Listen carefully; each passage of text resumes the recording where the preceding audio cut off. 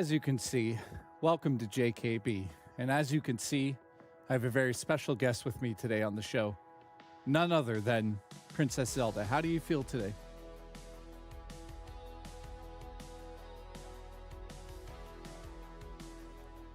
You feeling good? Yeah?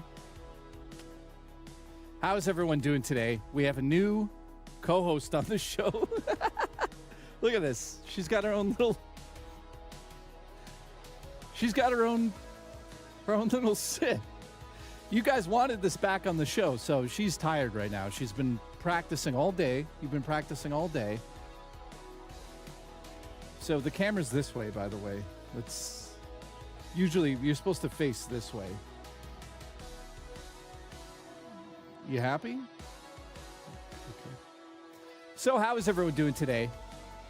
We have introduced the new Zelda. She can't escape it now. You gonna take a nap? So actually, I owe Seals a shout out for this, because Seals, he literally was like, you know what? You should probably get her this desk thing. And I did get it. As you could tell, she actually really likes it. You having fun? Plus, I could just kiss her as much as I want now. See? She can't do anything about it. So, Dino, thank you for the support. Evan, thank you for the film. Sounds like woke Hollywood, says Evan. Appreciate you. Congratulations. Yeah, it's awesome having the cat on set with me now. So you guys are going to be like, what? So, yeah, she's going to be here. Seals was like, hey, man. By the way, Shiny, shout out to you. Check your DMs on Discord tomorrow. I'd say around 2 in the afternoon, Shiny. You're going to have a tracking number.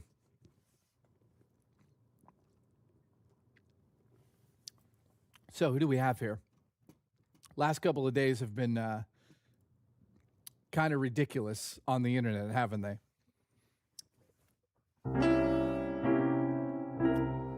Here we go. Here we go. Listen, tell me to send you my wish list. And then when I send it to you, completely ignore it. And don't buy me anything. Let's go. Don't be poor in chat. Thank you, Wood. I appreciate it. What's wrong? What? I'm turning your desk. I'm turning you so you face camera because you're not facing the camera. You know, I'll get the fucking shock collar out. You know I will. What is this, by the way?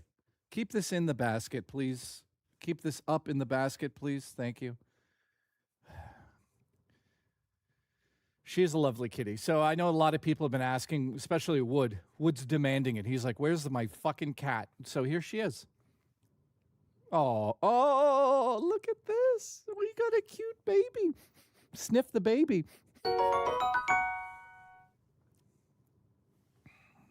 I think she really likes being up here. Anyways, let's move her out of the way. A man and a cat. A man and a cat. Cat-choo, cat-choo, cat-choo, cat-choo, cat-choo, cat-choo, cat-choo, cat-choo, cat-choo, cat-choo, cat-choo, cat-choo, cat-choo, cat-choo, cat-choo, cat-choo, cat-choo. Okay, we got to get Slowpoke ready because...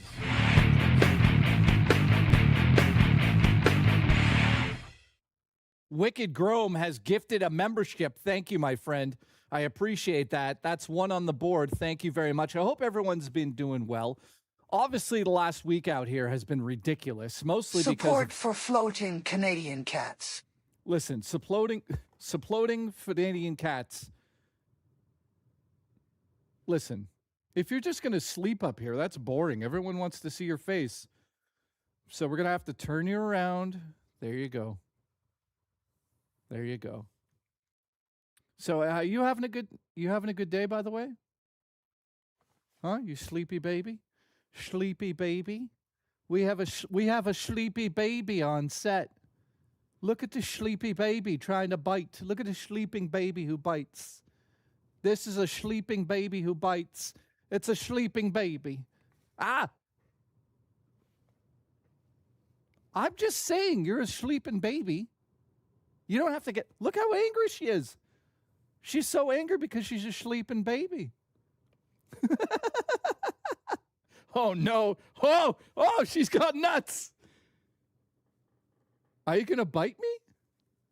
Ah! The sleeping baby's angry. Holy shit, the sleeping baby. You're the one who wanted this to happen. Jesus Christ. Peach, strawberry, peach, strawberry. Peach, strawberry. Peach, strawberry, peach. Strawberry, peach. Strawberry, banana. Peach, banana. Strawberry, Look. banana. Banana. Banana. Banana. Do you hear this? Listen, it's our first day on set together, and you're angry at me. I understand that because I'm your sleeping baby. I get it. But sometimes you have to be part of the show. You can't just be a sleeping baby the whole time. You know, I'll get the fucking shock collar out, and you don't like it. Okay? So learn to play nice. You're a co-host now, okay?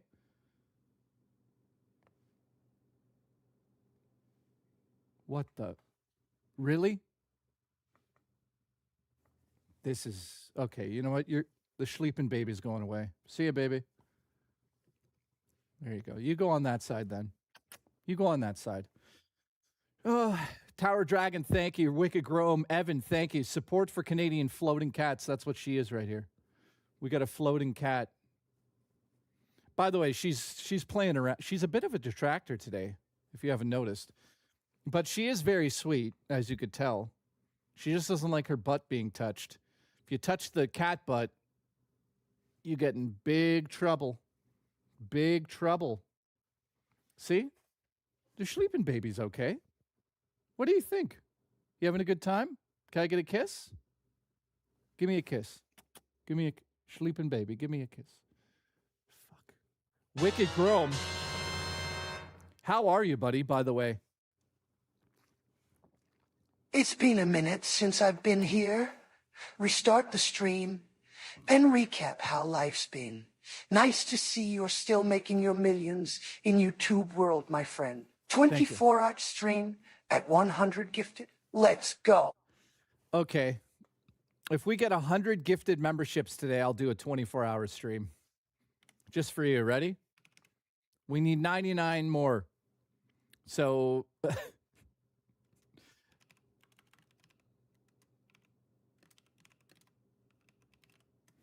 Okay, there you go.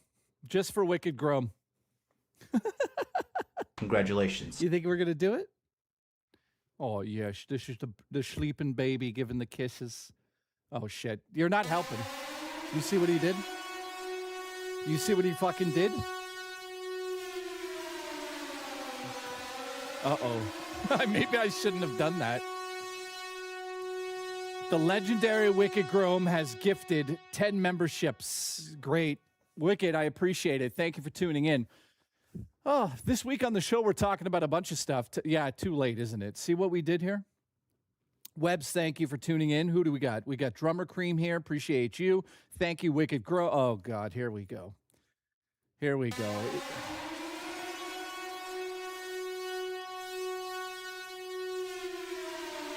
You see this? You got Leon Kennedy fucking dancing on you. Thank you, Tower Dragon. What's up, bud?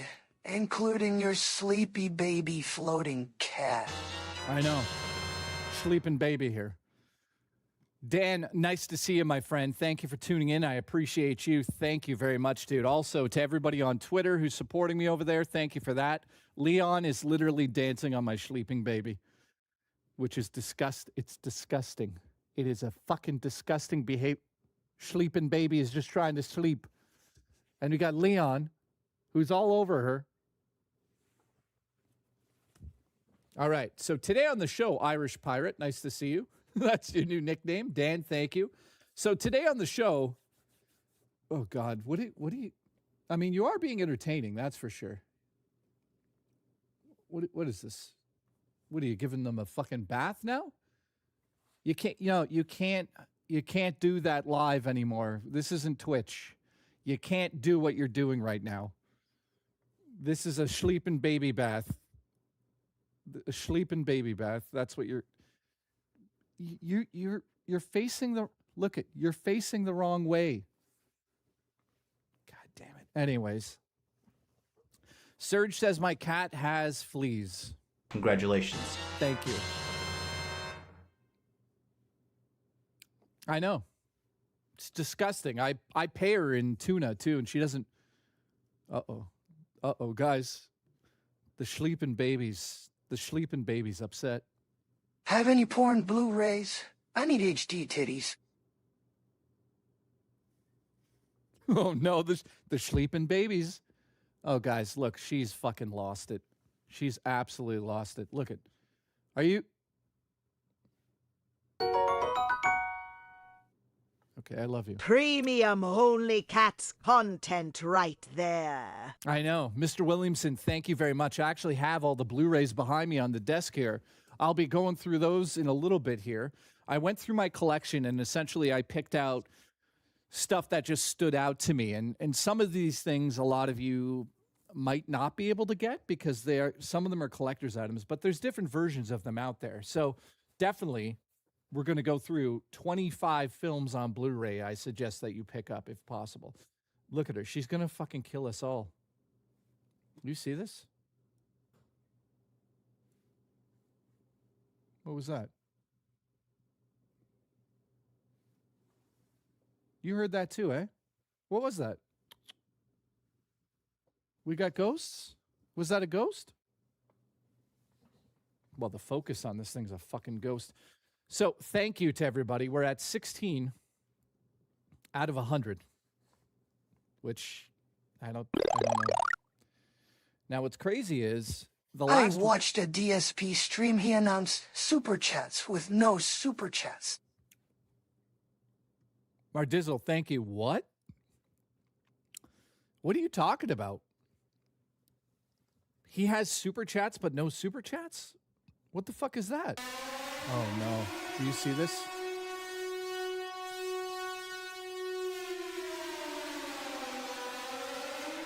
Raw Dakota has gifted Ted. Raw Dakota gifted Ted. Ah. What, are you going to slap me with this tail all stream now? Raw Dakota just gifted 10. What do you have to say about that? No, seriously. What do you have to say about it? Anything? Raw, I apologize, man. I brought her on the show. I thought she'd be into it, but this is just disgusting behavior.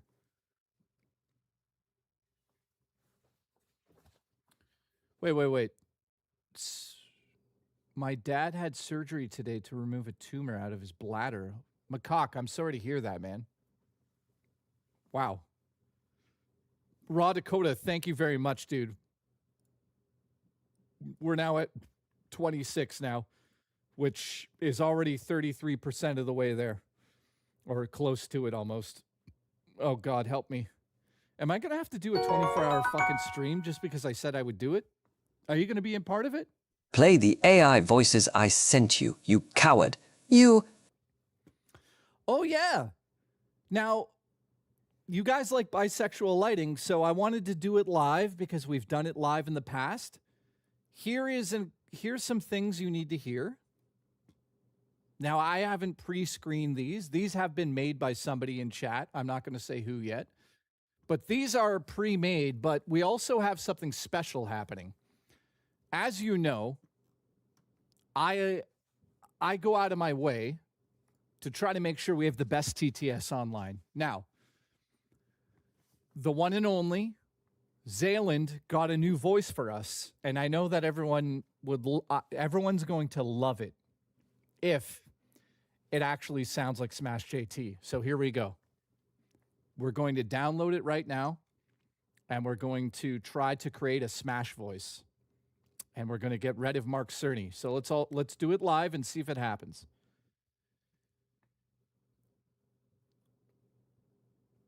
So here we go. Can you stop hitting me with your tail? God damn it. Okay, here we go. I've got the file, voices. I'm going to get rid of Mark Cerny for now, deleting. We're going to customize a new voice, and I hope to God It sounds like bisexual lighting. Oh, Here we go. Add a new voice, dragging it over. The voice will be called Smash JT. And we're going to use the newest voice model. And here we go. Save custom voice. If this sounds like Smash and people can say bisexual lighting, it's going to get out of hand. So it's making it, guys, and generating. This is a crazy moment. We have a new voice. Are you excited? She's not excited at all. Here we go. And Astro Zombie sent us some things as well. For instance, he sent over some weird shit like this. Hey, Jay, you want to get onto the top bunk with me and play hide the cucumber? Oh, absolutely. I got to go get my special fuck socks. Hey guys, can I join in? Absolutely Fuck not. no. Get the fuck out of here. So, guys, it's getting out of hand. Ladies and gentlemen, it failed to generate? Why? Zayland, you're going to get fired. It says delete and try again. Fuck. Okay, we'll try one more time. Hang on. Why would it do that? So how is everybody? Let's get the second one here. Showing. Will you stop hitting me? God damn it. That was weird. Let's try it again. Zayland. Smash JT. Save custom voice. So there was that one he sent over. He also sent some more. Now, I don't know what these are, so they could be terrible. What's up, gamers? Dreamcast Guy here. And this is the only shirt I have with no cum on it. Well, here we go. Here's Smash JT, guys. The light in his life was actually a fire burning all around him. Oh my God, it's amazing. So, ladies and gentlemen, there's a brand new TTS. If you guys want to use it, I put it in the chat. It's Smash JT. Here we go. It's going to be 4 hours of bisexual lighting. Oh my God, here we go. Dude, thank you for sending that over, Zayland. Donate to Jay to give Zelda her legs back. Please do it. I am one's 2 cents. The one who stays gay for Jay. What the fuck? How are they sounding so good? Holy shit. So there we go, guys. There you go. And I'm going to make it the standard voice as well. So, Smash JT wanted to be famous for something, so finally he will be. Let's change the voice to Smash here. Smash JT. Where is it? So, 2 gay voices. Oh, Jesus Christ. All right. Saving. Will you stop hitting me with your tail? God damn it. All right. There we go. So, moving forward, any donations coming in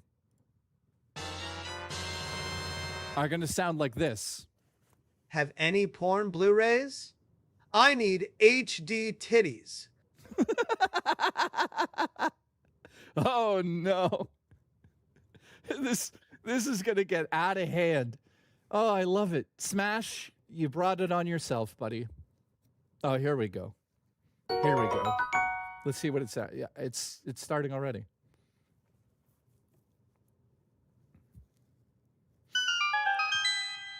Oh God, it's getting out of hand. Do you see what's happening here? Wake up into your butthole. Okay, she's not. Is it working? No, it's not. Do you see this? We changed it. It's not working now. Let me fix it on this side, guys.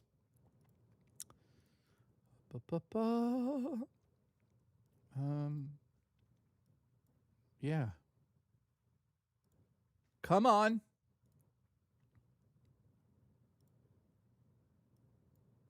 What the fuck? Oh, brother. There's always something. Okay.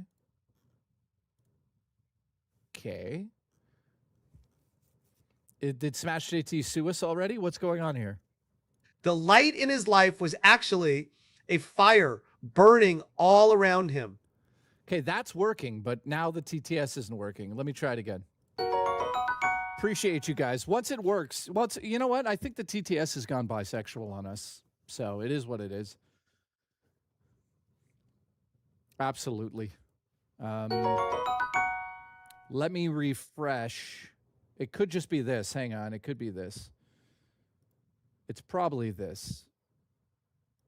There. Refresh the cache on that. And let's try it again.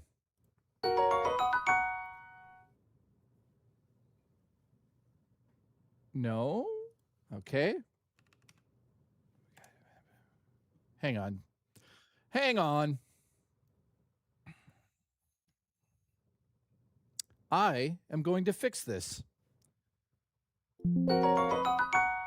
Delete. Delete.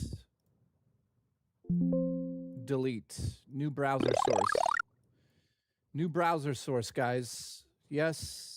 New source. I spent hours tweaking it to make it sound good. Did you? It sound, dude, that one you. Oh, what is this? That cat is half black and female. This whole stream is woke.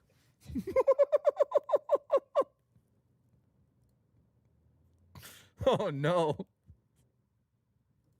Oh no. It's getting out of hand.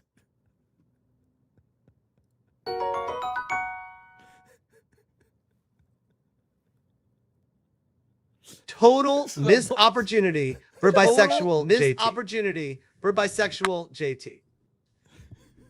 All right. It's working. It's working, guys. Bisexual Halo woke Sharma Block. Bisexual JKB. Halo woke Sharma Block JKB. This is good. Where are you going? Bisexual lighting. Careful. Don't jump to your death. Bisexual lighting. Tower Dragon, thank you. They finally are working. Oh, my God. Also, don't forget the Smash JT clip I sent you. Oh, yeah. All right, Destructor, you got the one of the show already. This is a classic one. Thank you, dude. So if you guys aren't aware of what's going on, Smash JT's lost his fucking mind. Like, also, don't forget the Smash JT clip I sent you. Ooh. Look at this leg. Ooh, look at your leg. She's going to fucking kill me. Okay. So it's working for some, not for others. That's great. Listen, ladies and gentlemen, great. So I don't know. Let's try it again. So, yeah, today on the show, we're talking about movies and stuff, but we're having a bit of fun with this Smash thing. If you guys don't know, Smash JT has lost his fucking mind to a degree I've never seen.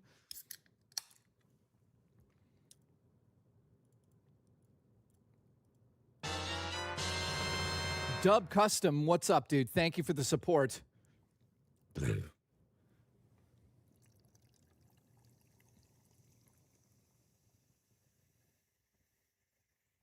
No, we're not working. Cypher, what's up? Yeah, she's got fake legs. Look at the depression on this cat's face. That is a depressed pussy. That is. I know, Dub. It's great. I'll get it working. Hang on. This is a test message. Come on, you can do it. So sometimes it just decides not to work, and I don't know why. It says right now that everything is fine. There's no issues. But sometimes it just doesn't work. So we have to replay it. Oh, God. Drummer Cream's about to get us canceled. Oh, God. Don't do it, my friend. Don't do it. Yeah. Okay, give me one. Guys, I know. This is annoying, but let me just fix this fucking nonsense. Okay, that's being deleted. Gone. Okay, that is... What is this? Lighting. I don't even know what this is. Lighting? What the fuck is it? Lighting. Oh, I know what that is. Fuck it. I'm deleting that. What's this? That's the screen. That can stay. The alert box is fine. That's fine. So the browser source is not up here. So let's get that in there properly, guys, for the love of God. New TTS add there. That's shut down when source is not visible? No. Refresh browser source? No. Should be good. Okay, here we go. Let's see if it works. And Rich's TTS is always broken. He's gay and bald. Jesus Christ. What the fuck? It works. It's working. Okay. Oh, God. Thank you, dude. I appreciate the support. Evan says it won't play that woke text. Guys, I don't know why it's decided to just play some and not some other ones. Phony, how are you? Dub, nice to see you. I appreciate everyone's support. It's playing some of them, but not all of them.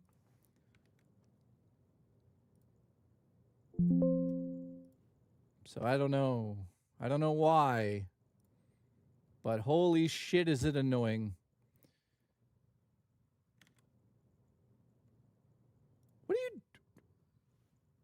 What are you doing? What is this? That cat is half black and female. This whole stream is woke. I can't believe Smash JT is a real person. Oh, God. Evan, appreciate the support. How is everybody? You guys having a good day? I hope so. Today on the show, we're going to be looking at some Blu-rays that I have behind me. I have a whole slew that I pulled off my shelf quickly because I wanted to talk about some of my favorite Blu-rays that I picked up over the last 3 years. Here, have a mini can of ginger ale.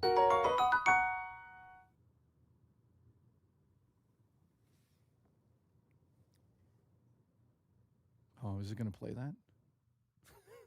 What? Okay. It's...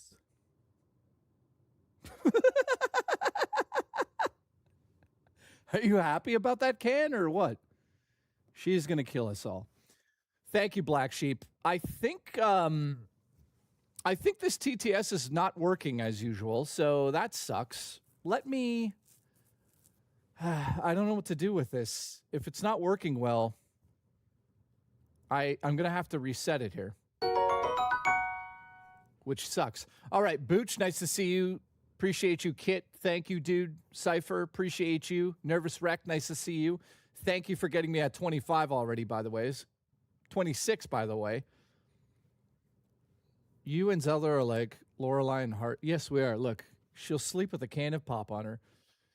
The only other option I have here is to delete the Smash, which we're going to. Then I'm going to redo it once again with that voice, but we're going to use an older... The new God of War Luffy game is... We're going to use a new voice model. We're going to use version 2, and we're going to see how that goes. So here we go. Creating version 2. This is version model 2, create custom voice. See if this works a little bit better. So sorry, guys, but I just want to get this working properly because it's like fucking ridiculous. That way you guys can make fun of him nonstop. By the way, have you guys seen Nate the Hates and my beef going on Twitter? However, his ultimate dream fantasy consisted of being happy and sleeping 8 hours in a row. I'll check my DMs after the show, my friend. No, Twitter sucks. Yeah, Twitter does suck. Yeah, if you guys don't know, after the event, I just wanted to ask Nate the Hate directly why he leaks the information. If it's something else than just for the clout and for the money, I would love to know what it was for. So I just asked Nate the Hate, and you know, it went viral, to say the least, with like 1.3 million views on it. And I kind of created a shit show on Twitter again, back to back. First with the bisexual lighting. Congratulations. And now.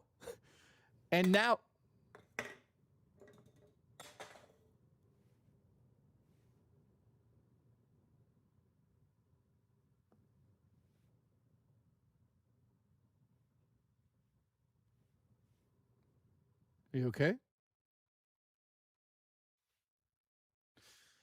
Yes, first with the bisexual lighting, and now Nate the hate. Listen, if you respect somebody for leaking a game, I don't know what to say, man. I feel like it's a bit weird. Now, I'll be public about this. Once a game is leaked, officially leaked by somebody, of course you can't avoid it. Even I talk about things that are quote unquote leaked. But realistically, is that Rich dressed up like a cat? Yes. Sniff that cat. Let's see here. Black Sheep, thank you for the support. Oh? I appreciate it, buddy. Let's see if this works. Oh, God. Is it working? How come this TTS is always fucking broken, man? Always fucking broken. Never works. I just wanted to use Smash's goddamn voice today. Oh. Come on, god damn it. You know, you pay for these things. Cover. What the fuck was that? Did you hear that? Did you hear that? Why do you look like you're going to kill me? That's weird. Cover. It won't play W woke text. Okay. Oh, hi. It's a detractor today. Yeah, so the TTS is broken today. It's broken, so give me a kiss.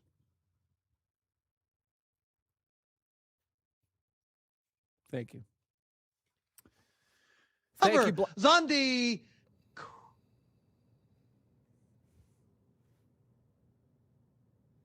Oh, you want to get down? Hang on, baby. There you go. All right. That's it for today. She's gone. It's broken. Oh, God. Thank you, Dan. I appreciate the support. Thank you, dude. She wanted down. Okay, well, listen, I'm going to shock the hell out of that cat later. Congratulations. All right, doesn't want to work? Then bisexual lighting, go by it. Listen, thank you, Dan. It does not want to work properly. But when does the TTS ever work properly? It never works, guys. There's always some shit show.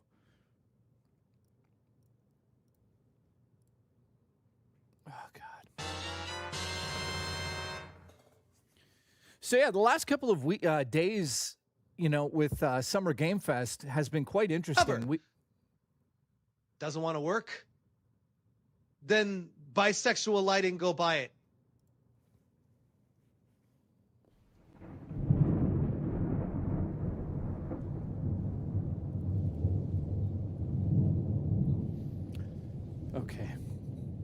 Okay.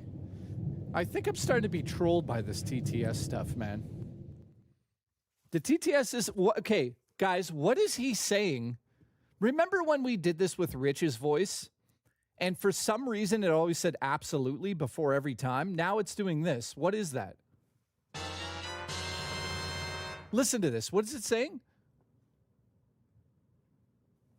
Wait for it. Dead air, man. Dead air. Cover. Doesn't want to work? Then bisexual lighting, go buy it.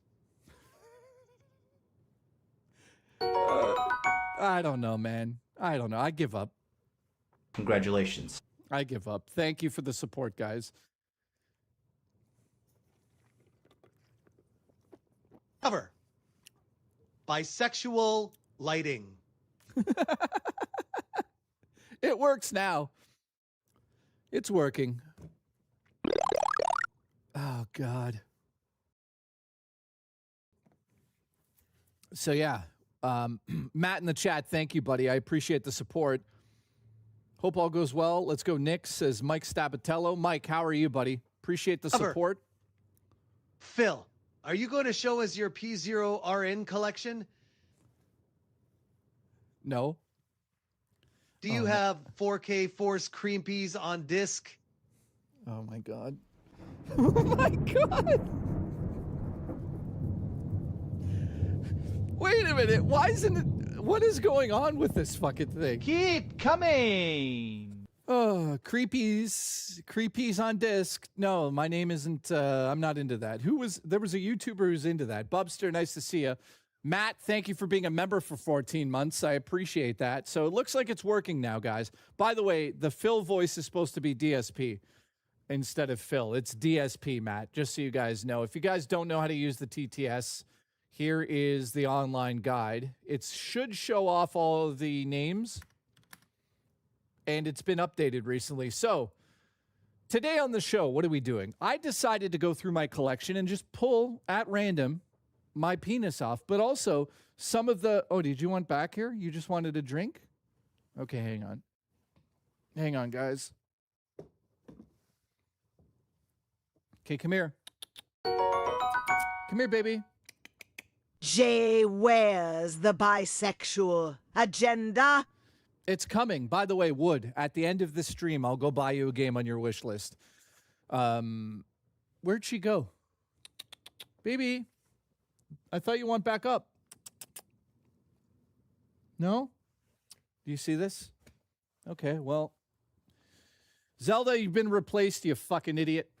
There we go. All right, Wood, thank you for the support. I appreciate that. I will be giving you a game after the stream today. So congratulations to you. Happy birthday, by the way. His birthday, I believe, was when? When was your birthday, dude? Congratulations. Congratulations, dude. How old did you turn? 50?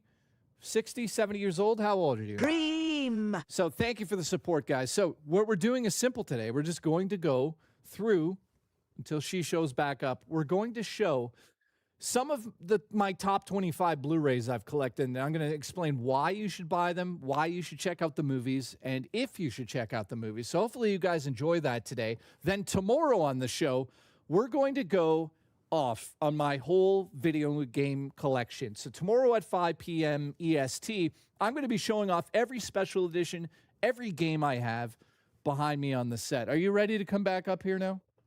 No, she's in her box. So that's tomorrow. And then Saturday, we're doing a recap of all of the events, and we're just going to have a discussion about all of the events. So I'm looking forward to it because there's a lot of stuff to go over in that video there. Oh, she is back. Okay. You want up? You got to come here. Come here, baby. Yeah, I can't pick you up from over there. Oh, my God. Guys, my cat is fucking slow. Hang on. I gotta come pick you up then. Come here. You ready? Well, you want back up? I know. Hang on. Hang on. God. There you go. You happy now? You're a very weird cat. Let me up. Let me up. Okay, you're up. But then you lose your goddamn mind when I pick you up. How else are you going to get up here? What are you, a fucking NBA player? You're going to jump 20 feet in the air? Land right on the bed perfectly? No. Father has to pick you up, goddammit. That's what needs to happen. So now look at you. You're up here and you're happy. See? I could see you're happy. Yeah, you're doing the headbutts. Listen, give me a headbutt. Give me a headbutt. Oh, God. She doesn't love me. Do you not love me? Yeah, you love me. You know what? Because you abandoned me earlier there, Slowpoke's joining you. There you go. There you go. Fall in love with Slowpoke. What? You don't like... Don't put your ass on Slowpoke. God damn it. All right. Well,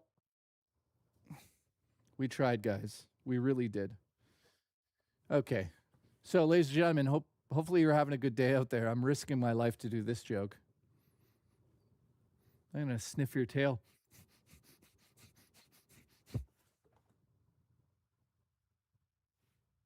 Yeah, she's not happy about that. All right, ladies and gentlemen, let's start on the first Blu-ray. This right here, the reason I've chosen these is because either I love the films. I usually don't buy movies. Well, that's not true. I was going to say I don't normally buy movies unless I've seen them before, but lately I've been buying movies at random. Maybe you need to put the crucifix on the cat. Yeah, she would love that. Wouldn't you love that? Wouldn't you love to have the crucifix on you? By the way, you're a star of the show. You realize that? And you don't even give them any credit. They paid for your new legs. And you sit around here eating your tuna. Ungrateful. Yeah, very ungrateful cat. Your legs cost $40,000. And this is what you say. Nothing. You say nothing. You just sit here smelling up the place. Just smelling it up constantly. Over and over. Farting. And smelling up the place. That's how you're thankful? Okay, go to bed. Go to bed over there. All right. Here we go. She's not sorry about it. No, guys, no spoilers in the chat, okay? Let's not talk about Disclosure Day. Mardizzle, nice to see you. Freddie, nice to see you. Destruct, appreciate you here. Cute Murder Muffin. What a cute name. Keep coming. I didn't mean to do that. Never mind. We're not coming in your holes. Here we go. Where should I start? So many good movies. You'll probably notice that a lot of these movies are horror films because I'm a bit of a horror nut. Oh, Dan. So how many of you collect Blu-rays out there? Let me know in the chat. How many of you care about movies too? And by the way, I want to give a shout out to the one and only Rage Gecko, whose idea this actually was, to do a stream where we talked about the film. So, Tommy, what's up, dude? Let's just make sure this is working. I'd love... Okay, that is working now. Thank you. Appreciate the support. So, Wicked Grome, thank you. Tower Dragon, thank you. And Raw Dakota, thank you. Appreciate you guys. Support for floating Canadian cats. Thank you. We got support for Canadian floating cats. All right. I'm going to start on a documentary. This right here is from... I'm trying to think of the year. I wish I knew the year of this. This is from 2009. This is from Terror Vision. And what I'm about to tell you, if you're into horror and you're really into these things, you're going to love this movie.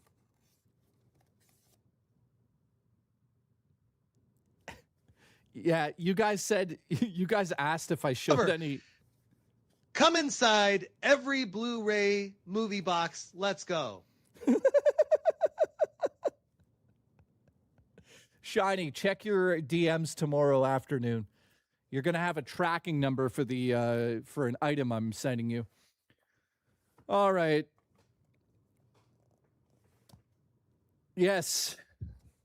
Tommy, absolutely, dude. So the first movie I want to show off, I don't know if you guys know about a little film called Chopping Mall.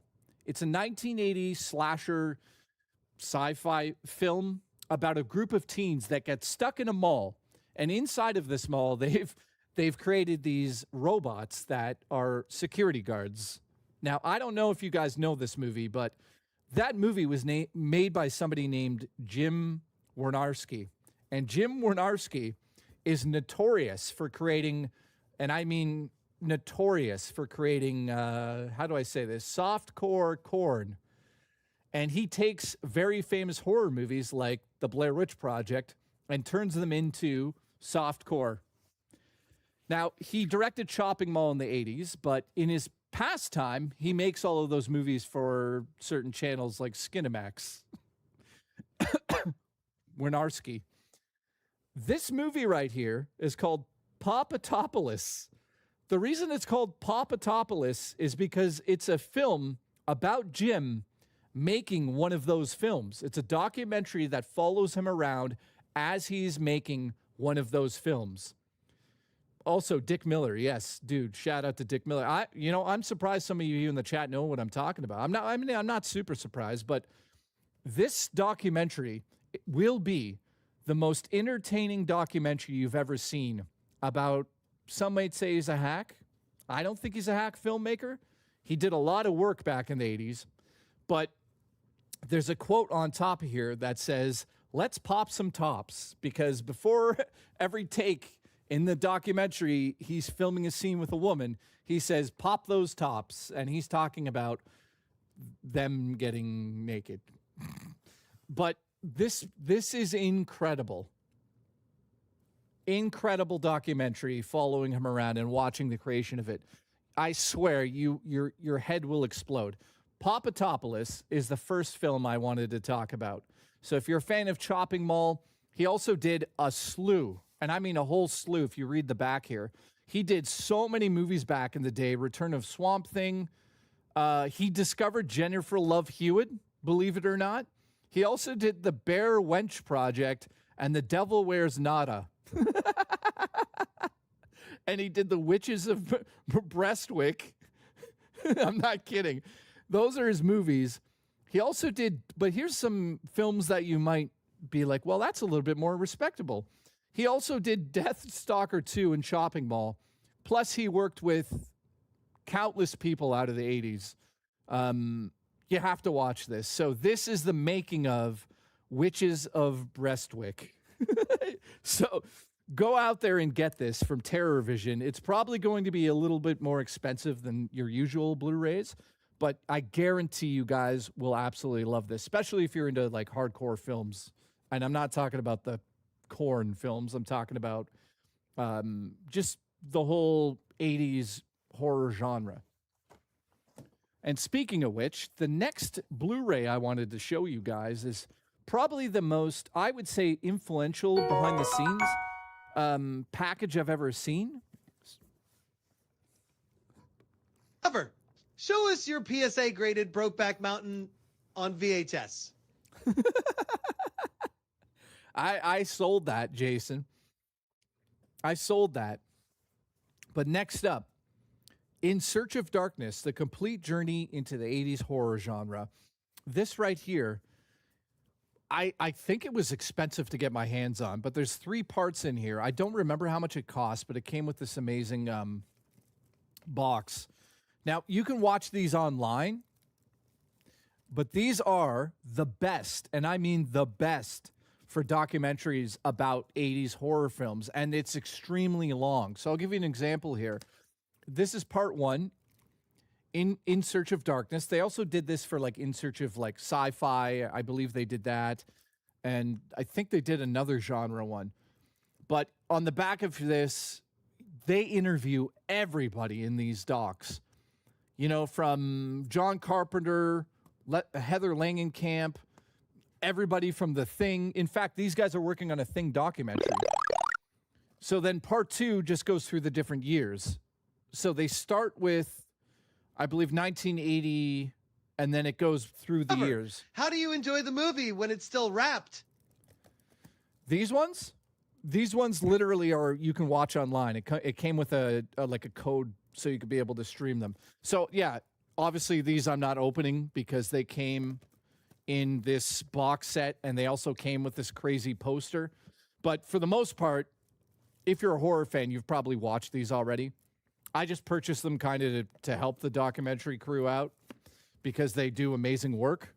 So In Search of Darkness, guys, if you're into horror films out of the 80s, they cover everything with John Carpenter all the way through Wes Craven. Obviously, Wes Craven was, I don't know if Wes Craven's in this because I haven't seen part 3 yet. I doubt he is. Maybe I'm wrong about that, but I know they got John Carpenter and they got a whole slew of other people. So I'll just read the back on part 2 here. For instance, part 2 includes Robert Englund, Leanne Quigley, Tom Savini. I mean, the list just keeps going. John Carpenter. It's actually very impressive that they got this many people, man. Oh yeah. So what's amazing is they also go through the whole 80s, and they talk about the Satanic Panic. Yeah.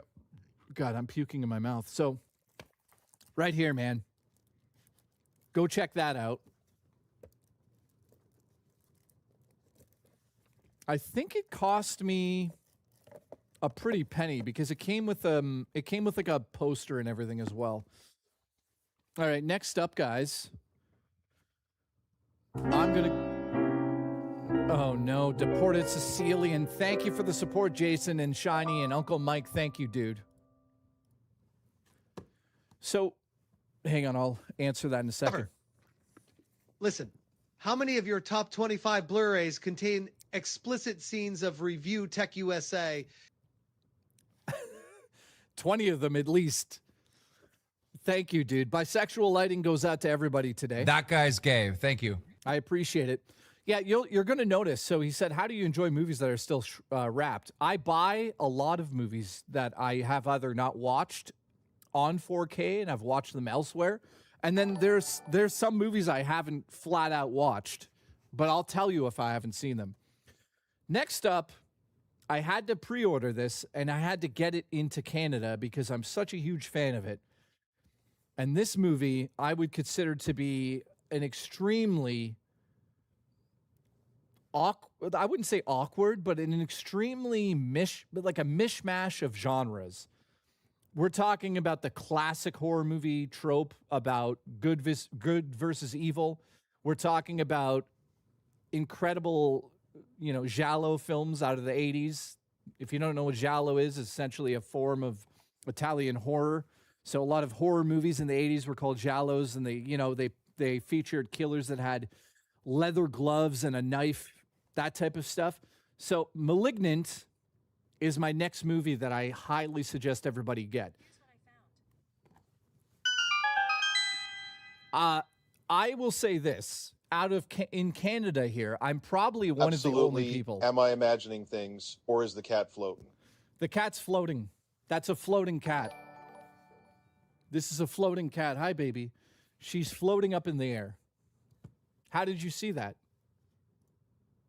Well, it's this bar right here actually is holding her up, but it's misleading because it looks like the table.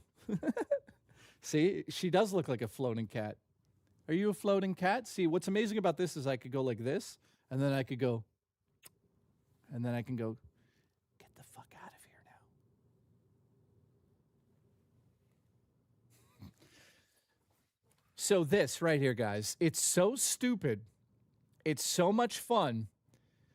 I highly recommend this film to everybody out there. If you haven't seen Malignant yet, you're missing out. I know that some of you are going to consider it to be extremely stupid, but that's what he's going for. He's going for like a giallo throwback film to the 80s. Sort of like, I wouldn't call it a thriller, but it's definitely inspired by 80s, 80s giallo out of Italy. So it's an incredible movie. Incredible. Remember, not all movies need to be extremely, it's ridiculous. Yes, absolutely. So if you haven't seen this, I highly recommend it. What I was going to say is special features on here aren't spectacular.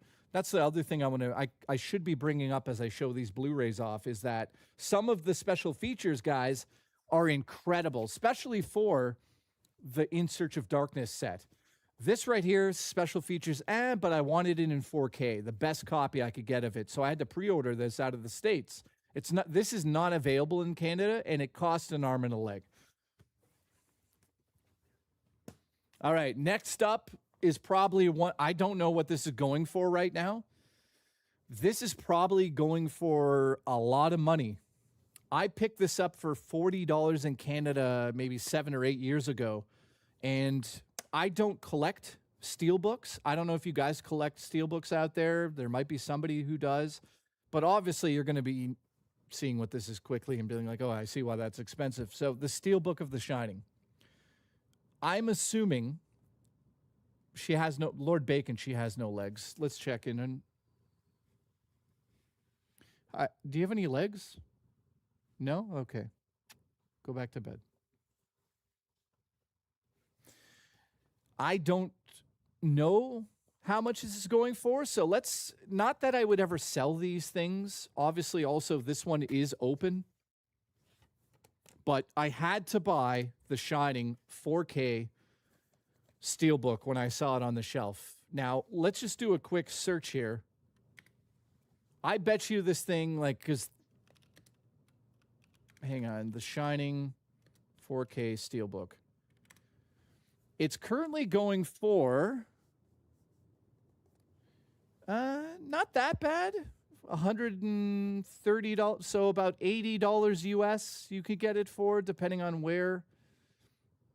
If it's sealed, it's going for $500 in the US. Okay, that's great. So yeah, this is incredible. There's a documentary made by his daughter on here that you have to see if you're a fan of The Shining. You saw He-Man and it was good? That's fucking amazing. So yeah, definitely go pick up The Shining in 4K. It's a classic horror film. And yes, Glamorous Frog, I have seen the Stephen King Shining. Obviously, I think it has moments, but it's nowhere near Kubrick's version of The Shining. You know, I don't think Stephen King understands how to make a movie. I understand that he makes incredible stories, but I don't think Stephen King is a filmmaker. You know what I mean? He's a novelist. He's not a filmmaker. So he tried to make The Shining himself, and it was okay. I'm not going to shit on it completely. It wasn't spectacular, but it was okay. Next up, guys, this is a Blu-ray that is jam-packed with audio commentaries, behind the scenes, incredible scan of the film. This is from Scream Factory. I highly recommend speaking of Stephen King and George Romero. Well, I didn't bring up George, but here we go. Haven't even watched it yet because I've seen it in the theater multiple times, but have not watched this copy, but I watch reviews on it. Usually I don't buy these movies if they're terrible transfers, so they gave it a very, very, very shining review. So obviously it's in my collection, and I'm definitely going to watch it one day, but this copy I've seen Creepshow probably 100 times in my life. It's one of my favorite anthology films. If you don't know what an anthology film was, back in the 80s, instead of making one story, a lot of filmmakers would make short stories and try to do it's called a wrapping story.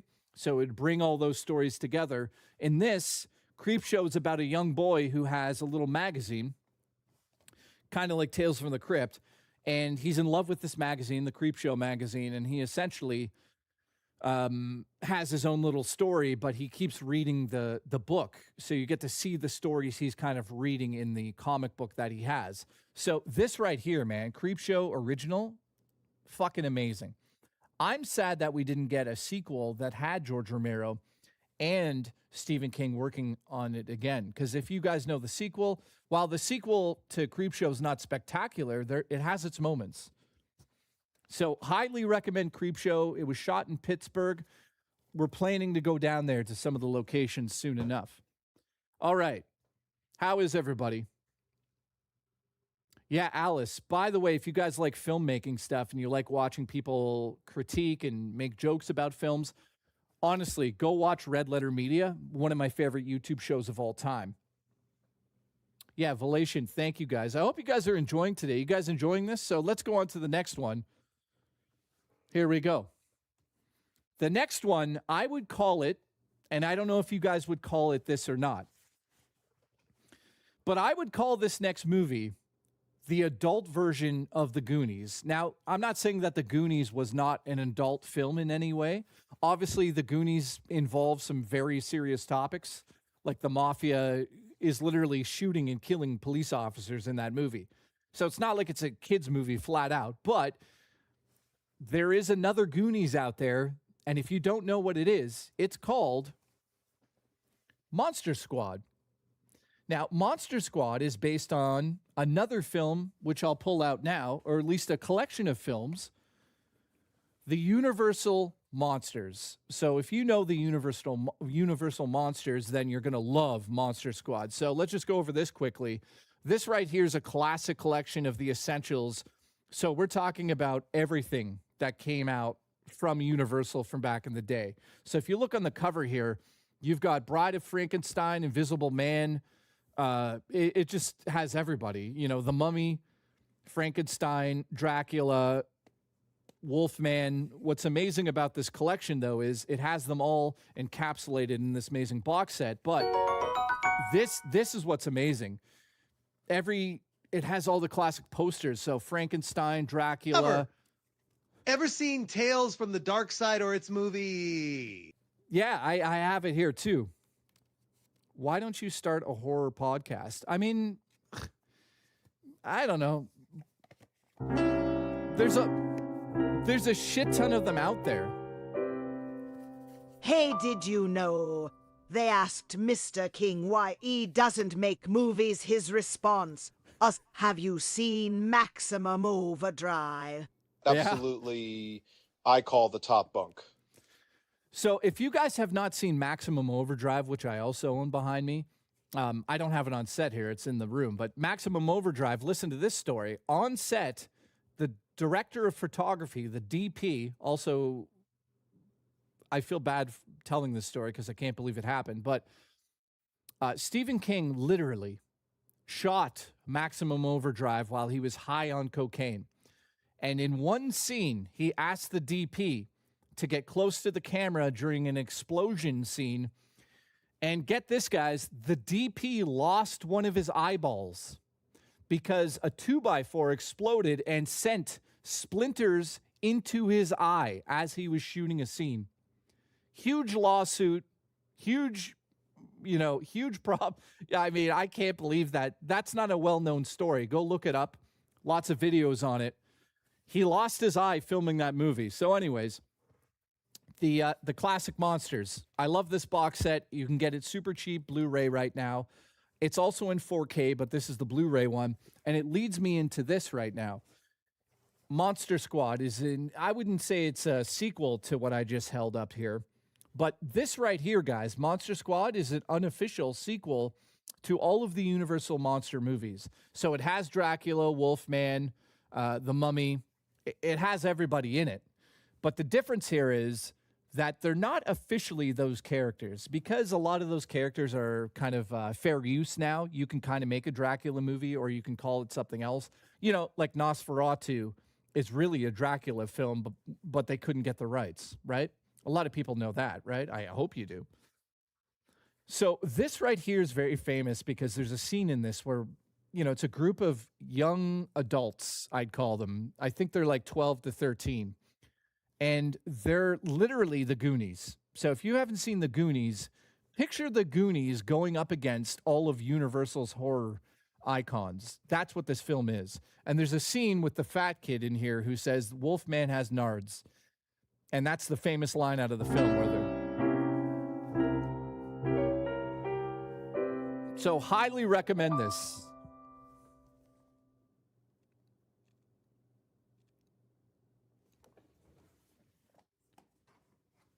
Okay. Tower, thank you. What is that going to fucking... Come on.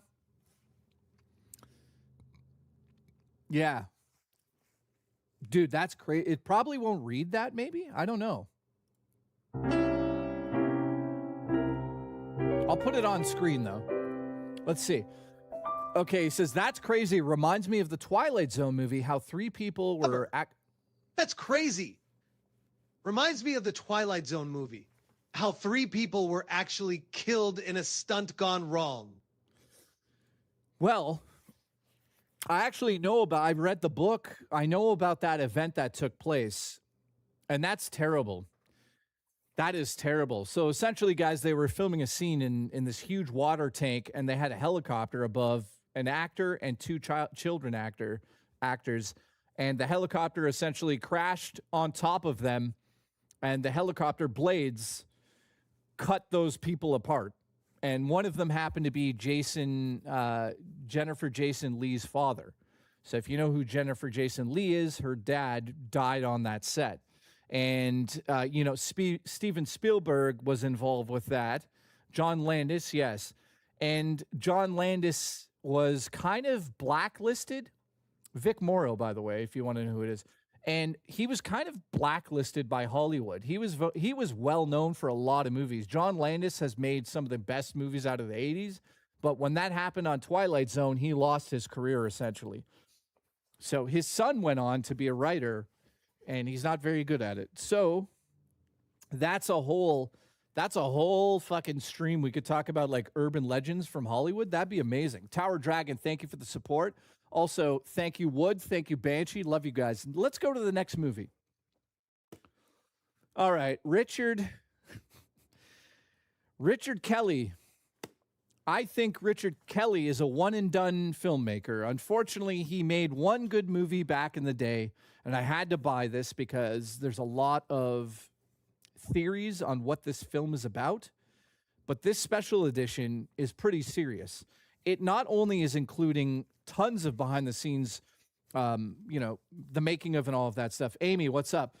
So that is for Donnie Darko, the Arrow release. This is a beast of a collection. So inside of here, this is a hard shell. Inside of here, you get the poster, which is pretty good. These posters are usually really good, and they're usually double-sided. So this one from Arrow Video has an amazing Donnie Darko poster, but it's double-sided, so you can kind of pick the side you want. So there's one side. And then, of course, most people are probably going to pick this side because of the design work. So the posters that come with these are incredible. But Donnie Darko came with a hardcover book, which I love these. I love these editions. Hardcover books in here. Basically, behind-the-scenes book that Arrow has put together talking about the film. So you're going to get behind-the-scenes shots, and inside of here, interviews with the director and cast, and just overall behind-the-scenes footage or photos. So I love these ones, guys. So I highly recommend any of the Arrow ones.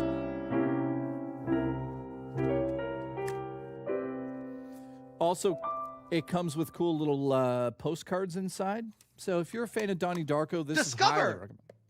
There is a myth that on a cold winter night, you can hear Jostler's dead ball calling out for its twin to be reunited. He's yelling. Why did he yell Discovery? What the fuck was that? Congratulations. Listen, ready?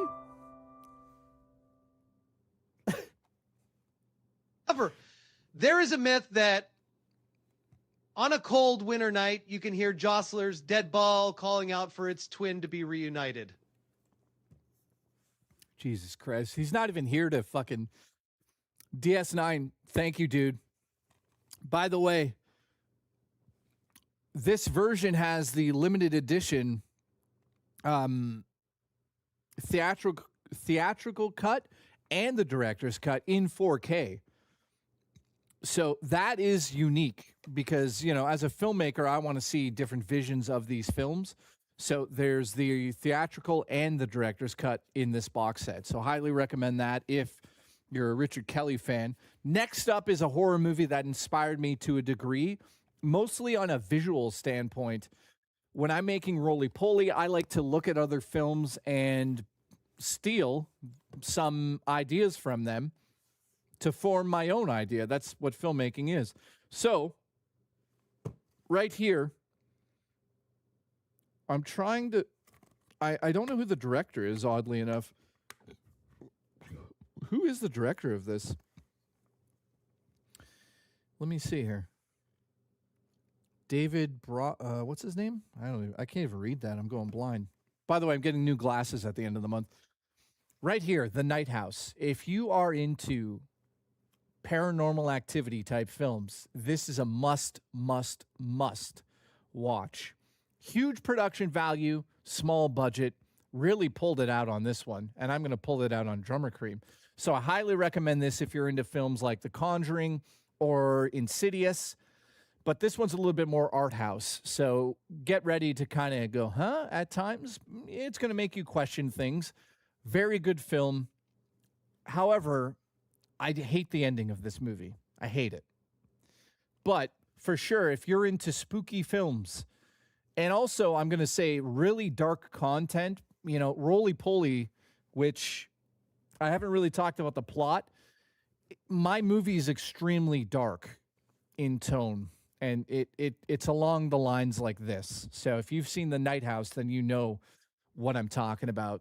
very crazy things happen in the movie, and you're going to be like, wow, that's interesting. I haven't seen that since the 70s.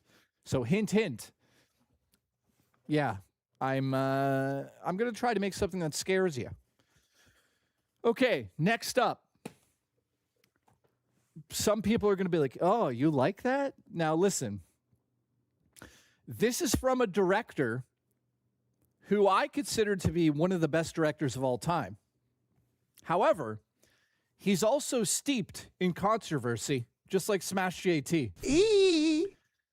His name is Roman Polanski, and he made a little movie called Repulsion. Repulsion, in my opinion, is probably the best film ever to have to do with women dealing with men in a negative sense. This film is incredible, so I highly recommend it. Cover. Take this. Buy a Blu-ray.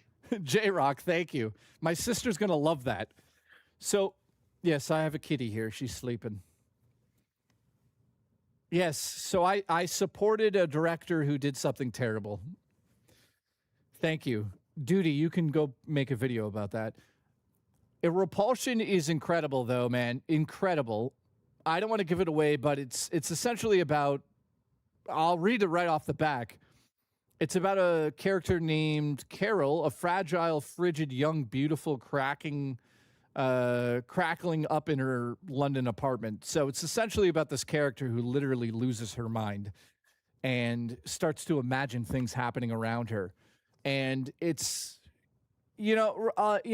talking about this quickly, I think that what happens in this film is happening to a lot of men these days, at least to a lot of men I've talked about when it comes to like dating nowadays. So I highly recommend this, but it's a crazy, crazy film. All right, next up, I don't watch okay.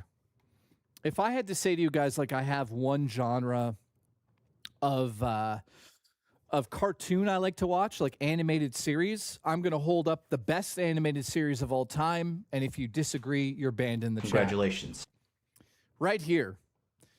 This is the definitive collection of the complete animated series of Batman. So if you have never seen this, I don't know where you've been. Everyone has seen this. So this is remastered on Blu-ray. It's the cleanest version you can get.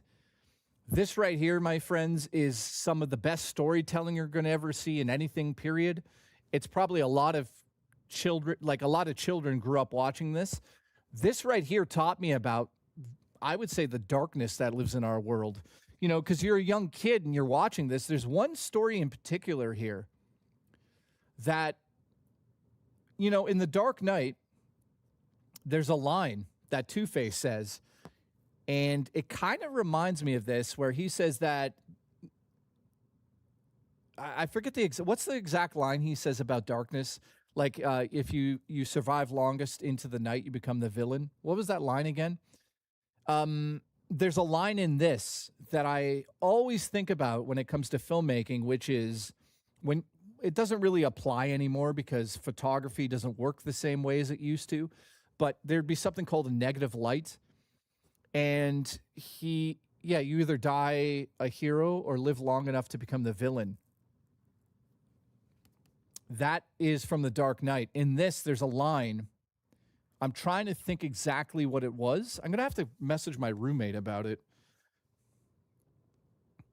Because he'll know what the line is instantly. Let me ask him. Hey, what's that line from Batman the Animated Series I love about the the darkness into the light when he's talking about the photographs? Do you remember? Okay, let's see what he says. But long story short, this is the best cartoon ever made. So if you've never seen it, go buy this. It's probably super cheap. You know, I bought it for like $100 Canadian, which is like ridiculous, but that was worth it.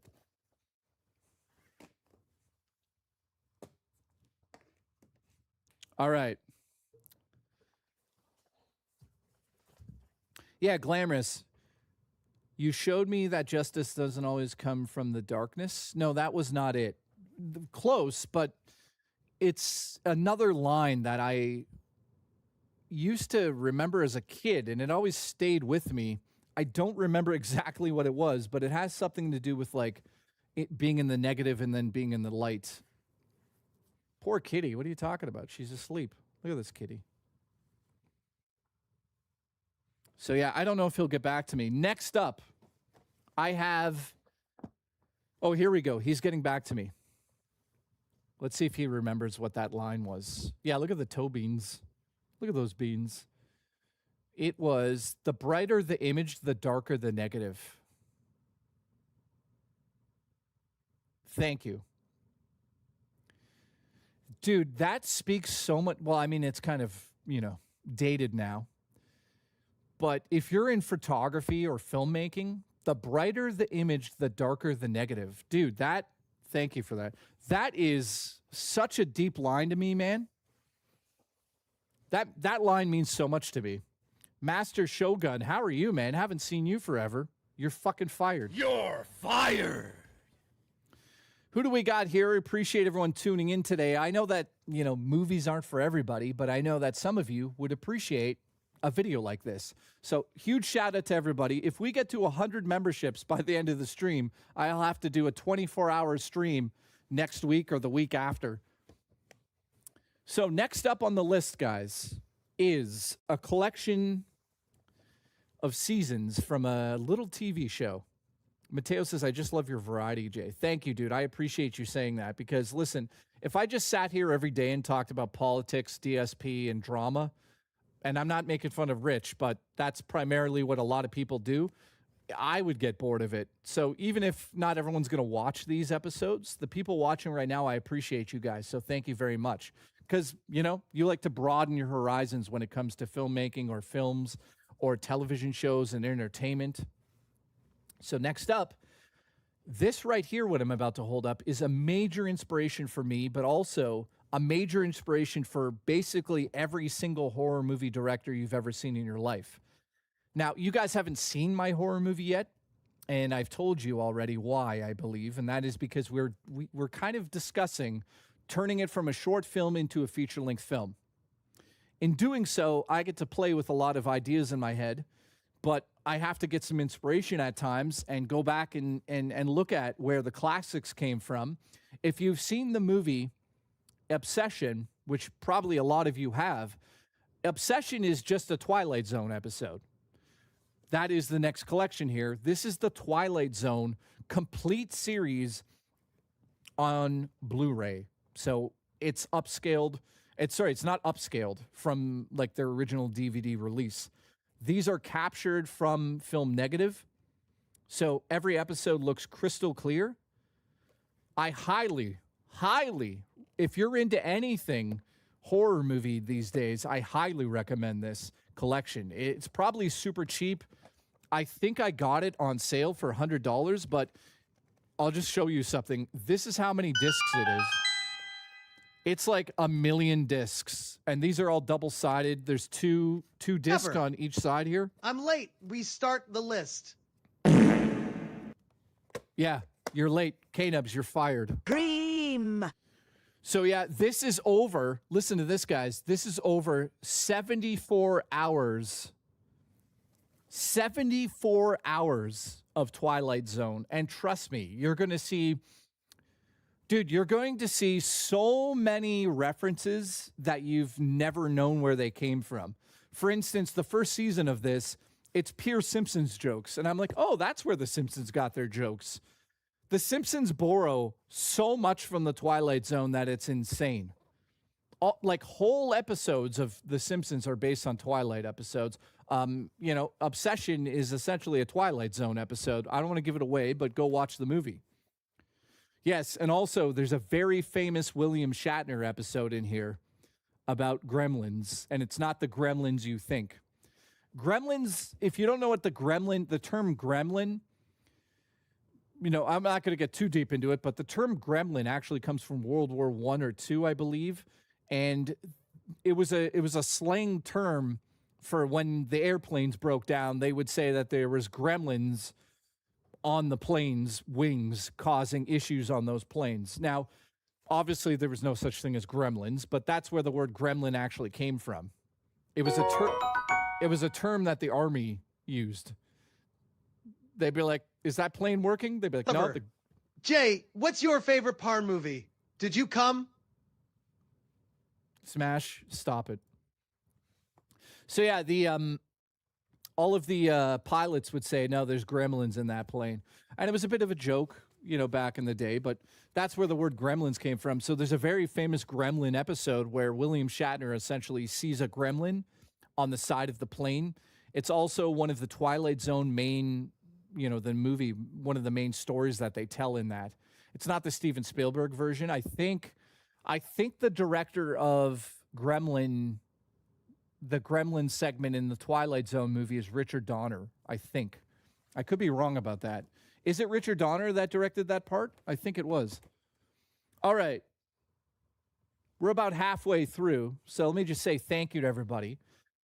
Appreciate you here. William Shatner shat his pants. I met William Shatner.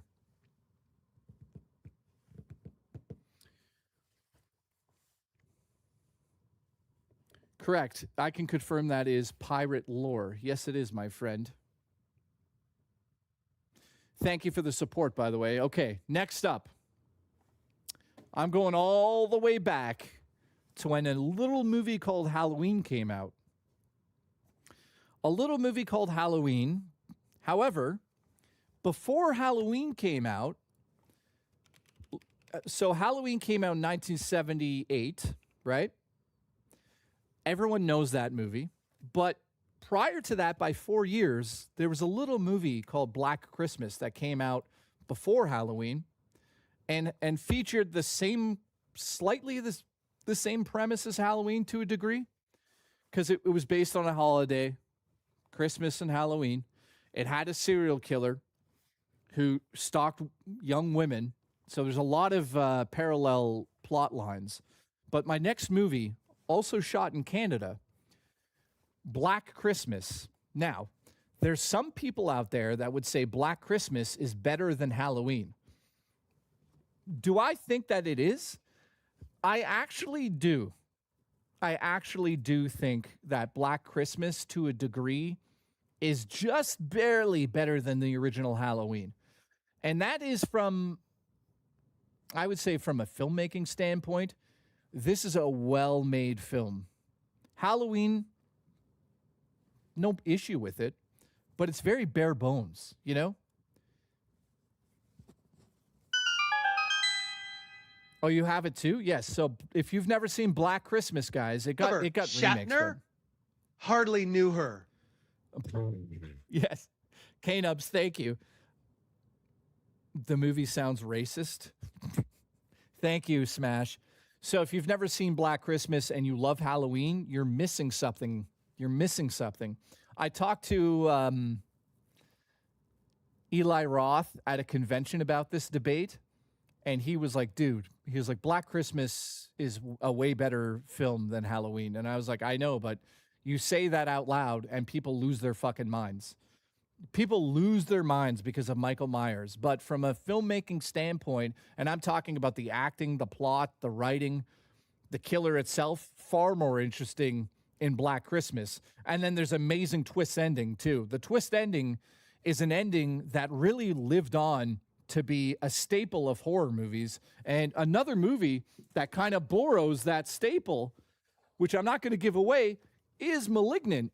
So these two films have a lot in common to one degree or another, and I'm not going to say how, but if you've seen both of these, you know what I'm talking about. Both of them take place kind of in big, huge houses, and both of them have ridiculous attics. So you guys could figure it out, but go watch this. Please go watch it. Uncle Mike says, I've never heard of it. No. And also, here's a little tidbit of information. The director of Black Christmas is also the director of A Christmas Carol. And some people think that A Christmas Carol is a sequel to Black Christmas. So have fun with that knowledge. And my TV just turned on randomly as I was holding Malignant. That's good. I don't know if you guys saw on Twitter, but or on my Facebook, I've been telling you things have been acting up here weird. I didn't do that. I don't know why my TV just turned on, but congratulations. Okay. Next up. You guys enjoying this? I hope so. And if you guys are enjoying this and want me to keep going, I could just go grab another stack of movies and tell you why you should watch them and what you should do while you're watching them, if you know what I mean. What do you think? Yeah, she's clearly at. I love this cat. Look at her. She's so cute. Here we go. This is Is the director black? If not, 0 out of 10 movie. He's not black. He is not black. Yeah. Bob Clark is the original director, and Bob Clark also directed other films, but here's what... You ready for this? Bob Clark. He directed these films. Ready? Black Christmas. Porky's. Porky's 2. A Christmas Story. Rhinestone. Baby Geniuses 1 and 2. And that's kind of where he stopped making movies. So yeah, he's been around for a while. Yeah. All right. Here we go. The next collection of films that I highly suggest you go out and buy is another Universal package here. And Universal does an amazing job at these things. I believe they call them digibooks, but I don't know if they called this one a digibook. But right here is the Alfred Hitchcock Classic Collection. These are the top 4 films that you must own if you're a fan of Hitchcock. If you've never... Yes, Glamorous Frog, I do, but I turned off Siri on that. So if you've never seen a Hitchcock movie, just go out there and buy this. Buy it right away. Inside of here, you have some of the most influential horror / thrillers that you've ever seen in your life. Now, lots of people wouldn't call these horror movies, which I would say, what the fuck? Then what's a horror movie? I mean, if Psycho's not a horror movie, then what the fuck is it? Now, I don't agree with those people that are like, yeah, Psycho's a thriller, psychological thriller. Dude, he fucking murders on camera a woman in the shower. Like, okay, that's not a horror movie. Rear Window has been remade a bajillion times. Rear Window, I'm trying to think, my favorite remake is actually with Shia LaBeouf, and it's called Disturbia. It's essentially the idea that if you get trapped in your house and you're able to kind of view the world outside of your house, what happens if you witness a murder that takes place outside of your house, but you can't leave your house?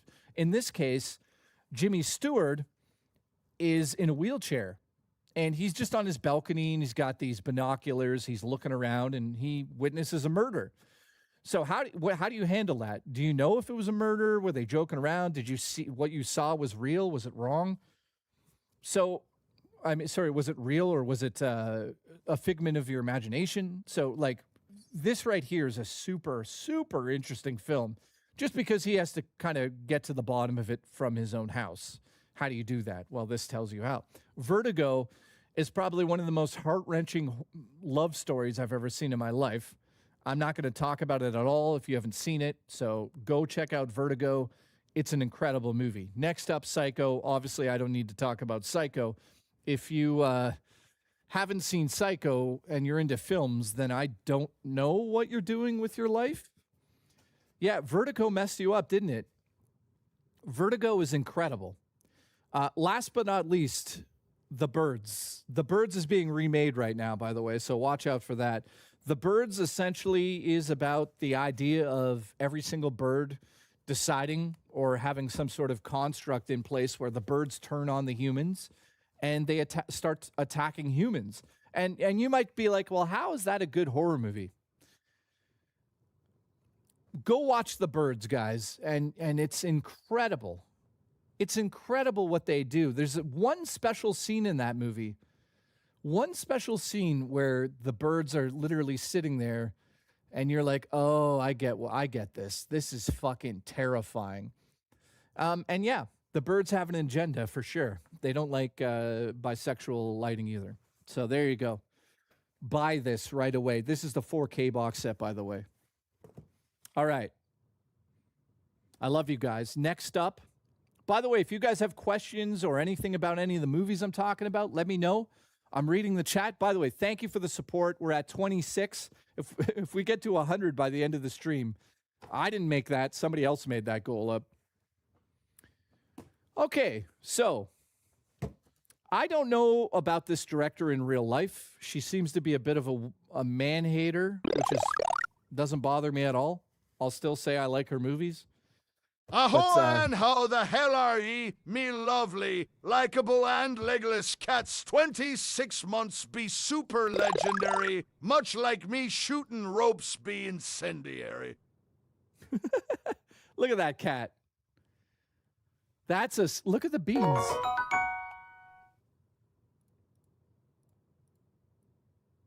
Look at the beans. Cover. I see bisexual toe beans. Now toe beans are bisexual. Everything's bisexual now.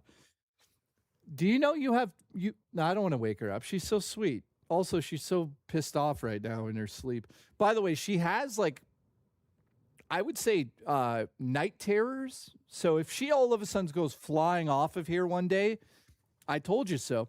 So listen, I'll publicly say things like this. I don't mind, but I follow her. Her name's Jill. I forget her last name. She was on Twitter, but she left. She seems to really hate men, which is okay. Yeah, she's woke, as you would say there.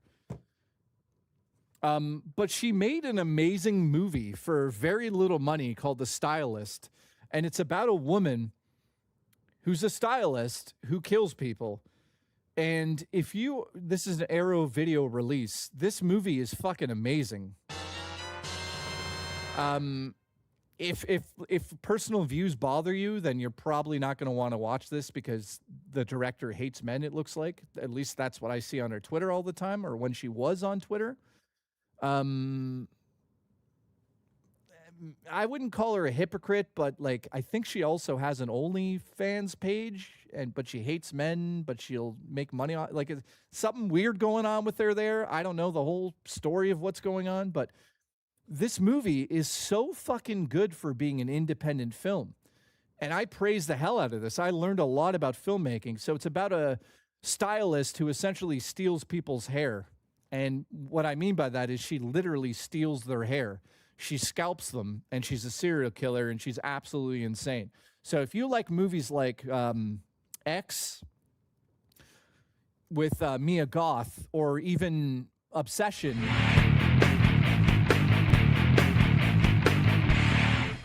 how does that happen? JD gifts of membership. Thank you very much for that. And it goes to fucking cheap-ass K-Nubs? How does that happen?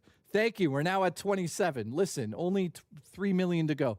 K-Nubs, I love you. Thank you. So I highly recommend picking this up. But again, if you hate politics, then don't go near this movie because you'll cry a river because some woman said she doesn't like men. I think she might have said that. I don't know what she said. She's very, very, very, very, very judgmental. I'll say that much. But the movie is fucking amazing. So I put that shit aside because who gives a fuck what she says? She made a good movie. Her name is Jill something. I can't pronounce it. Let me look it up. Her name is Jill something, and then something. There you go. Jill whatever. It's about a hairdresser in Kansas City who's a murderer, discreetly kills and scalps her clients. So good. I would say that, like, dude, this is like a cult classic in a way. If you haven't seen this, I bet you're going to like it if you're into horror movies. Could have just looked at the box. No, if you guys are wondering why I looked that up on the internet, that's how big the writing is, and I'm being serious. I can't actually read it. Like, there's no way for me to get my vision to be able to see that. So I'm getting new glasses at the end of the month. I can't read it. But yes, cult classic, highly recommend it. I think you could pick this up for $20. If you're a horror movie fan, buy it. You know?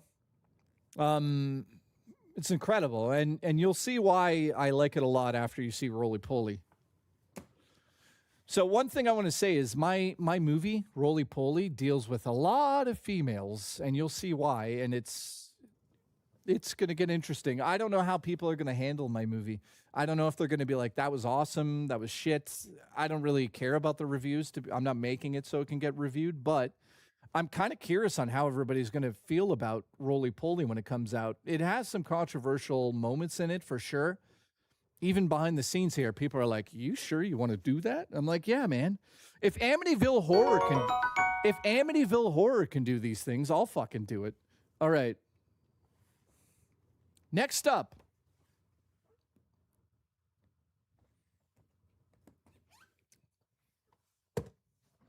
When can you buy a copy? Well, again, if you're just tuning in, Nightbreaker, thank you. It's going to play 5 years from now. Absolutely. Oh, God damn it. You blind bastard. Oh, my.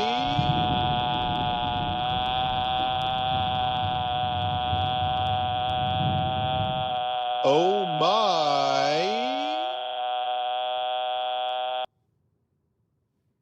That wasn't annoying at all. Careful, babe. Okay. I like how she just looks like a big muffin up here. Buying Jay's movies. Finn Turismo, dude. How are you, buddy? I appreciate you coming back, guys. I appreciate everyone here. Thank you, guys. Hopefully, if you're watching the VOD, I hope you enjoyed this episode. I thought, you know what?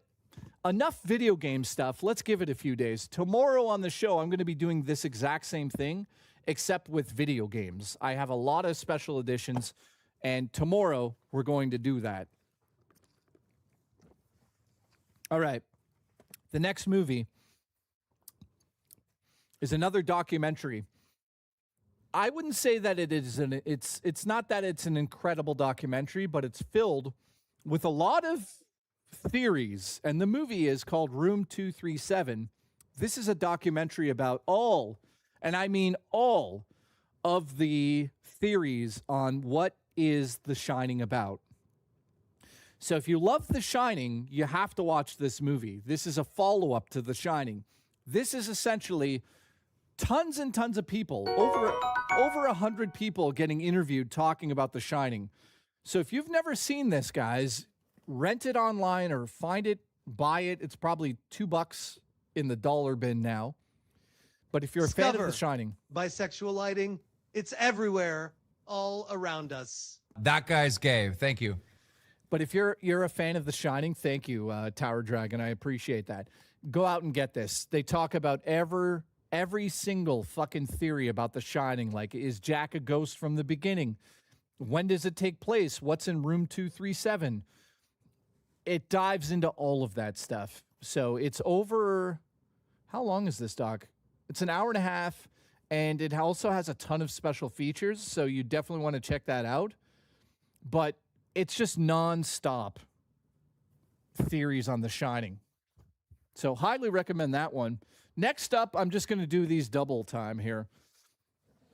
Never heard of it? Okay, definitely go check it out. Room 237. You'll enjoy it if you're a fan of The Shining, man. I'm screen shooting all movies you recommend. Screenshotting. Thank you. Appreciate that.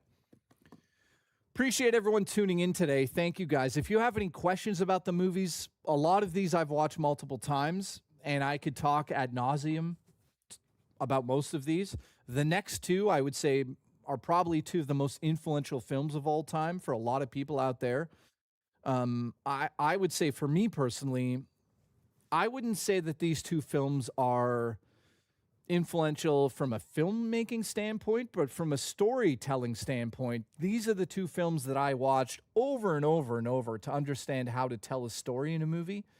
So when Roly Poly comes out and you're like, wow, that sucked, you can blame Steven Spielberg, because those two movies are Jaws in 4K and E.T. in 4K. I mean, what do I have to say about these? Jaws obviously set up everything in the world of horror for a lot of people. When I was a young kid and I watched Jaws, it was my first understanding that less is more. You don't, if you're going to be a filmmaker, less is more. You don't need to show the shark every 5 minutes. The less you show the shark, the more scary the shark's going to be. And prime example of that is the Blair Witch Project. Blair Witch Project made over $100 million back in whenever it came out, 97 or what was the year? 1996, 94. I don't remember the year. But the point is, when that movie came out, it's a movie called The Blair Witch Project, where a group of kids go into the woods to find the Blair Witch, and they all are supposedly murdered by the Blair Witch, but you never see the Blair Witch. That is unheard of, and that is because the human mind is more powerful than anything I could show you, and that is subjective. So rather than me go, hey, here's the Blair Witch, that's what she looks like, isn't she scary? It's more scary to show you characters reacting to something off screen and telling you, as the audience member, to design the Blair Witch in your own mind. So there's a huge learning point in this all. Less is more. So Jaws is a prime example of that. I believe the shark's only on screen for like 4 or 5 minutes total or something like that. So you don't really see the shark. Spielberg said after they made Jaws that Bruce the shark, which is the name of the shark in the film, he's happy Bruce didn't work because it forced him to not show the shark, which made the movie scarier. So Jaws, all-time favorite horror movie. Incredible acting, incredible storytelling. It's just incredible. And it's such a simple idea. Shark attacks small town. Small town deals with shark. That's all it is. But it has such heart to it. And of course, Elliot, oh, look, oh. Right here, man. This changed the landscape of filmmaking. It also changed the landscape of films. If you've never seen E.T., I don't know what's wrong with you. You got to get your fucking head on straight. This right here is probably the most, I would say, well-known film of all time. I would say that it to young men that are my age, like when they saw this when they were 13 and whatever, E.T. is just the prime example of what a blockbuster is. Not only a blockbuster, but incredible storytelling, incredible magic is on screen in this film. You can learn so much about storytelling from this, but very little about the actual process of making a film. The making of the film, here's what's crazy, right? It's so well told. This movie's so well told, you forget it's a movie. You don't even think about how they made it. You're just in the Jaws movie. will be rolling on our pulleys later. Listen, Finn, you're going to be rolling on my pulley. You're fired. Wah, wah, wah. Well, you're.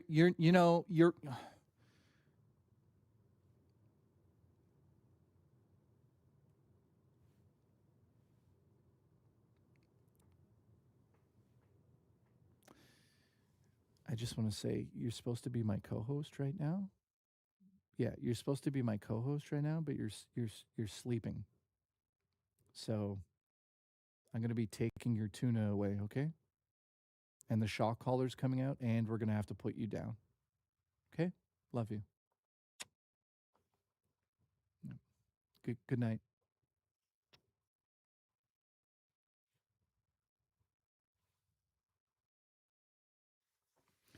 Okay. Next up, the movie that introduced me to Bard. Let's take two. Roll that back. Roll that back. Ready? Here we go. The movies, or I should say the movie, that introduced me to body horror. If you've never seen this, be warned. It's not for the light of heart. It's the first movie that really, in my opinion, I know that there's other movies that did this beforehand, but this movie, in terms of body horror mixed with sexuality, you're never going to find anything like this. And that is for the box set of Hellraiser. Or Razor. Hellraiser, not Riser. This right here, first and foremost, the box set itself, watch this. It has these holes in the front, and if you align the front case properly, you're going to see behind it. And it's like, watch this. So we go like that. Oh, his skin came off. Oh, no. Oh, no. This box set, guys, comes with... This is Arrow, isn't it? No, this is actually... Yeah, this is an Arrow release. So it came with this...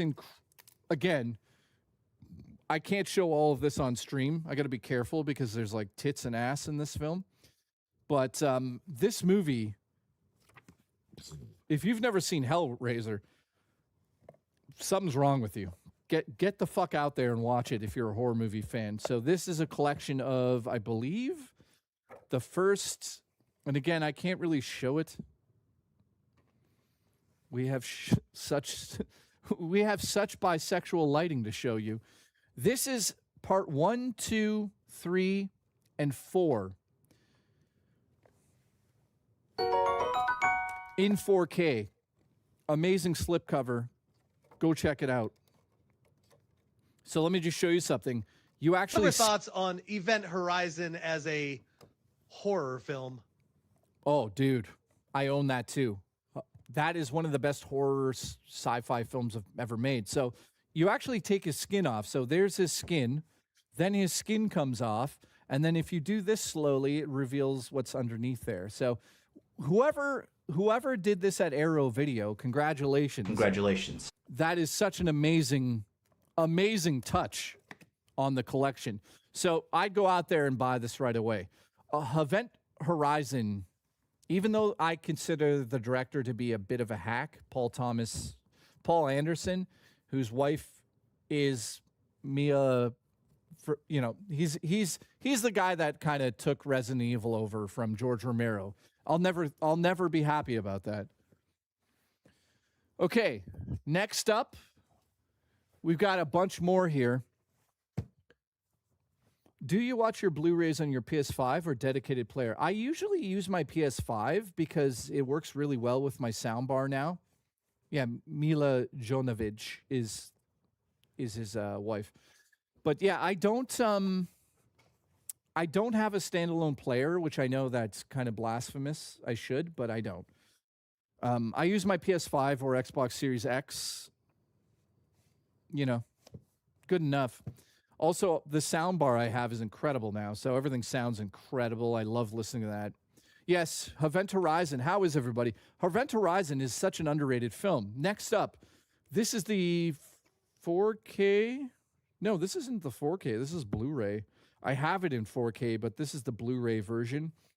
Next up is a film that I would say inspired me the most. No film inspired me more than this. And that is a little film by Jonathan Demme called The Silence of the Lambs. Now, if you've never seen Silence of the Lambs, it's about an FBI agent, a rookie FBI agent, is sent into an investigation to find a serial killer known as Buffalo Bill. Would you fuck me? And she's sent in to do a little interview with another serial killer that might have some insight into helping the FBI capture Buffalo Bill. And that serial killer is known as Hannibal Lecter. If you've never seen this, that's the story premise, and it is fucking unbelievable. Unbelievable. What can I say about this movie that is interesting? I could say this. While they were filming the movie, This is crazy. Anthony Hopkins and Jodie Foster never met until they were on set. And after the film was shot, they never saw each other again for like 20 plus years. By the way, yes, Dan, yes, I have it. Manhunter's coming out in 4K, my friend. So right here, this is just one of the best horror thrillers ever made. I don't think that you can't name something better than this. Go ahead in the chat. I just don't think so. Now, it has a prequel. It has 2 prequels and a sequel. 2 sequels. There's 5 films. None of them come even close to this except Manhunter. But Manhunter uses a completely different cast. So if you want to check out Manhunter, it is incredible. I would say Hannibal Rising is terrible. Red Dragon is a fun popcorn flick, but I think they should redo it, to be honest with you. And, you know, Hannibal, the movie Hannibal, was, it was okay. Red Dragon. Okay, so Manhunter and Red Dragon are the same story. I think that Manhunter blows Red Dragon out of the water. So good luck finding anything better than this. You're not. It's not going to happen. Okay. I've got Sour Balls as gifted. Thank you, buddy. Look at this son of a bitch. I appreciate that very much, man. Thank you for the support. I didn't come up with that today. Somebody else did. Wicked Grome showed up. He's like, dude, if we get 100 members today, would you do a 24-hour stream? I said, sure. Good luck to you guys. Next up, guys, I have to say that this right here is not my favorite slasher franchise, but I learned a lot about it. I learned about a lot about the genre of horror slashers from this franchise. My name, Jason, I think I was named after this character. I am not kidding about that. I've never told you guys. I've never told you that, but that's true. My name, Jason, comes from this character out of the 80s. Here we go. That is for the box set of Friday the 13th. This right here is a must-own collection if you're a fucking slasher fan. If I had to go over the films, I would say that I'm a huge fan of all of them. I'd say part 1 is interesting because it's essentially just trying to rip off Halloween. Part 2 is where it starts to get really interesting because Jason is introduced in that film. Spoiler alerts. Friday the 13th 3D is okay. Now, here's what's cool, though. Check this out. Inside of part 3, no glasses because it wasn't shot the way you think it was shot. Now, I have never watched it in 3D, but I'm assuming it's not very good.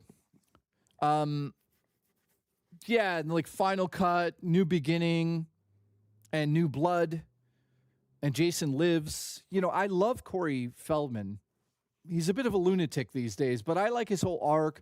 I like Alice coming in there and having elements of fucking other movies, like flat out just like, hey, what do we do with this franchise? Somebody was like, we just put Carrie versus Jason?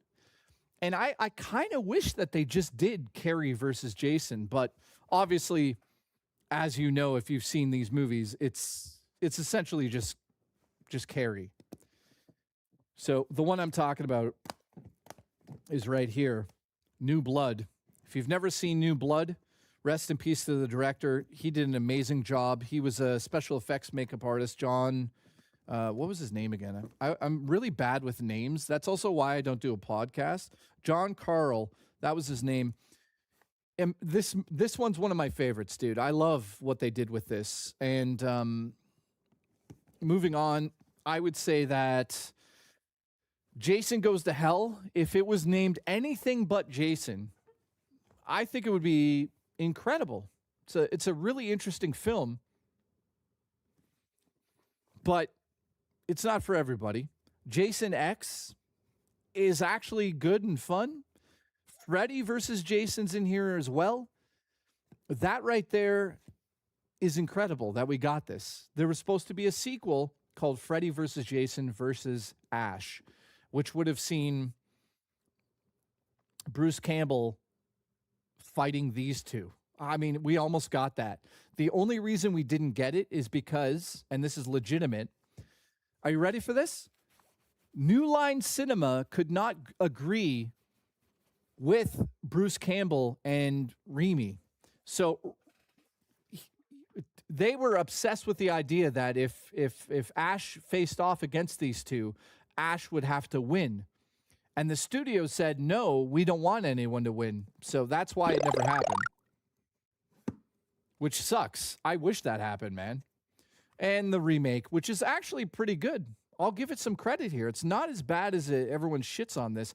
You know, this versus the Friday the 13th. This versus Night of the Living Dead remake. Sorry. Cover. Jay.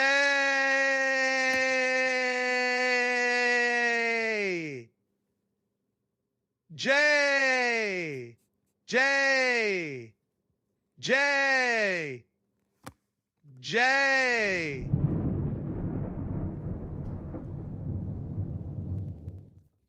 Thank you for that, Purple. I appreciate you being a member for 10 months now. I thank you. Congratulations.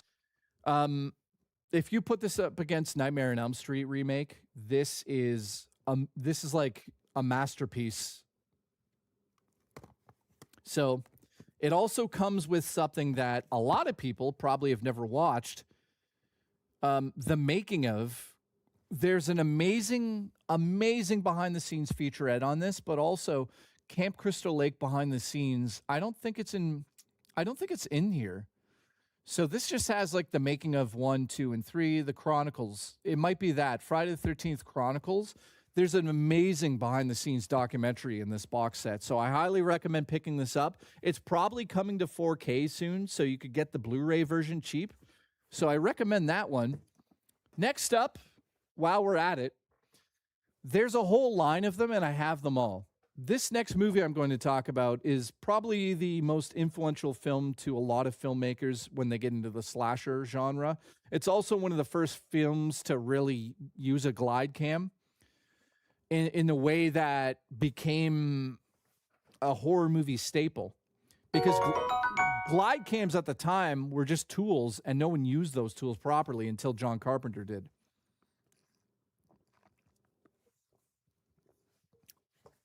Oh, God. Wait until this plays. Go ahead. Thanks for the support, by the way.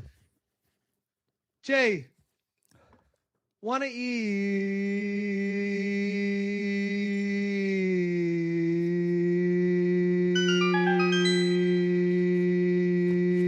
All right, wait. I have to hear this one. Oh, my God. Hang on. If this works, man, I have to get this through for Nightbreaker. It has to work. Thank you for the support, guys. Let's go. Ready? It did. It went fully handicapped. Here we go. Let's get it going here. Come on, please, TTS gods. Jay, want to eat some woke feminist pussy with me?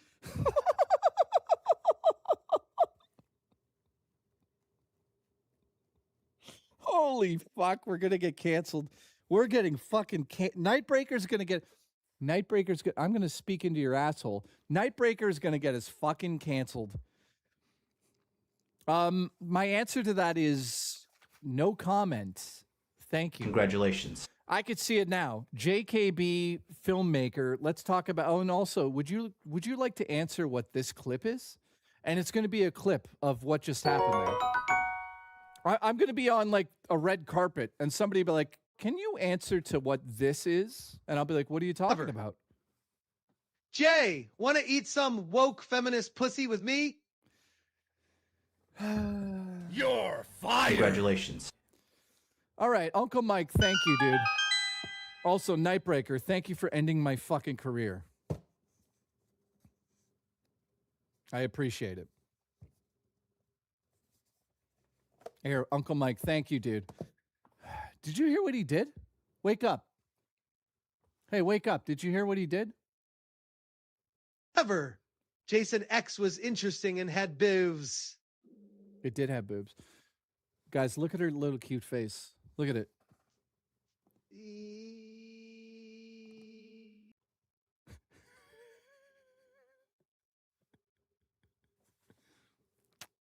Love you.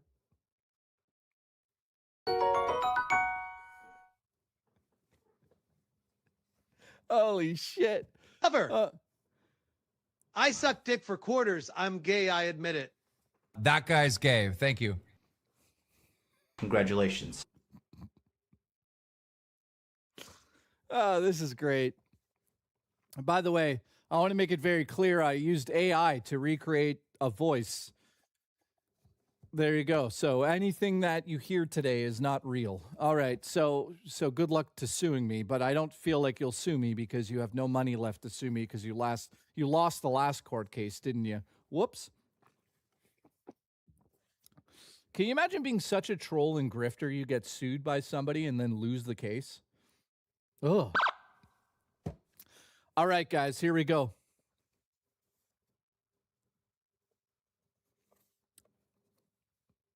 Right here. This right here, not only, I like to look at it from a different point of view because Michael Myers, everybody knows him. He's got no motive. He wants to kill families, specifically babysitters.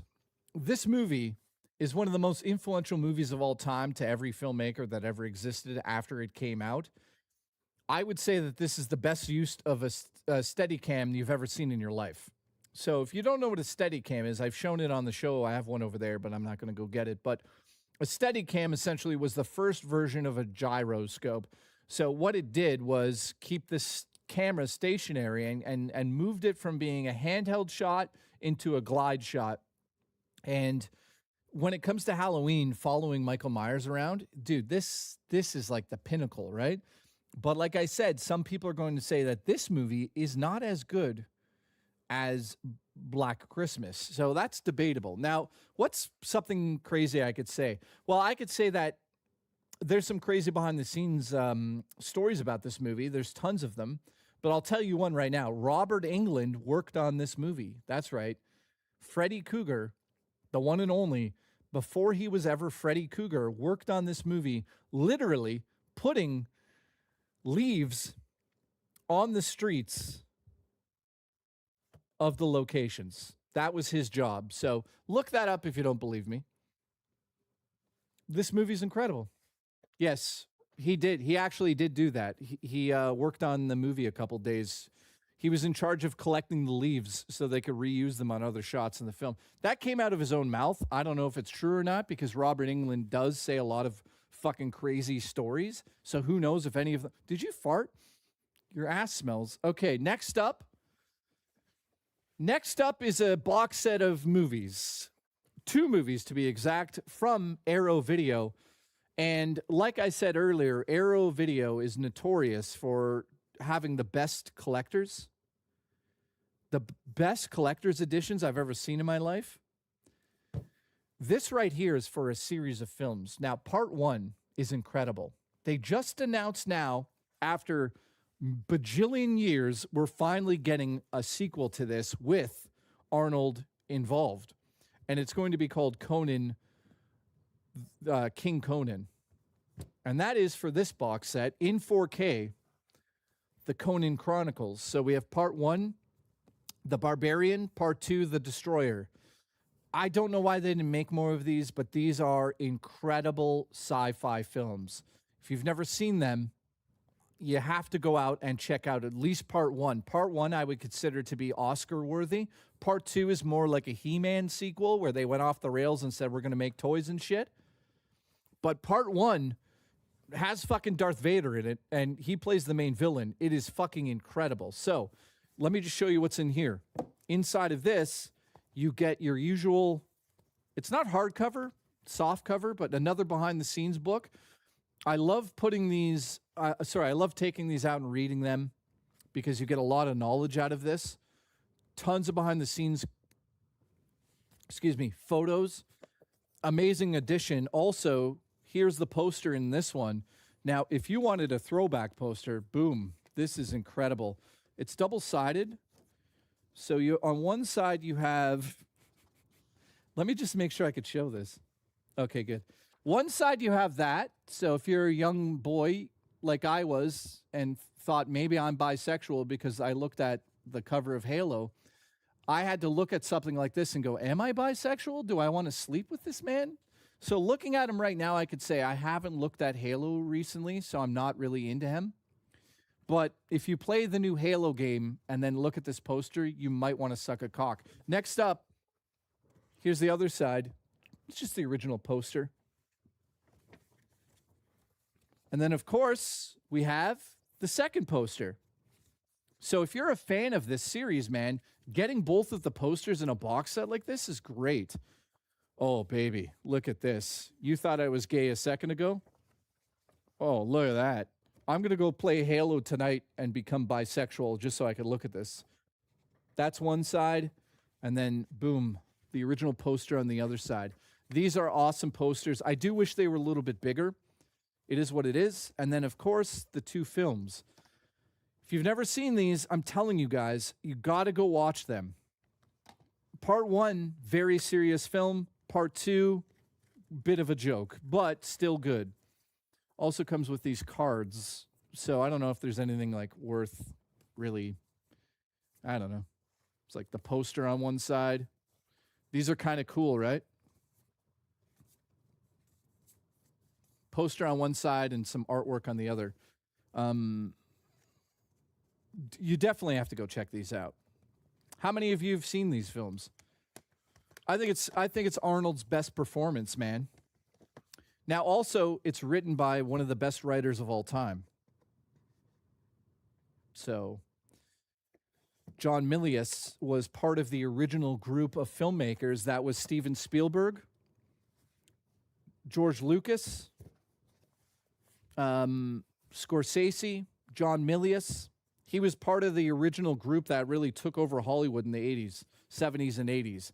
So, unfortunately, John Milius had a stroke, and that's why he's not as well known. But I'm telling you, he's one of the best writers. In fact, there's a scene in this little movie right here written by John Milius that you wouldn't even know about. On the boat, when Hooper is basically saying to everybody, look at my scars, and they kind of go back and forth. You guys know what I'm talking about, right? That scene. And Steven Spielberg just could not figure out what to do with that scene.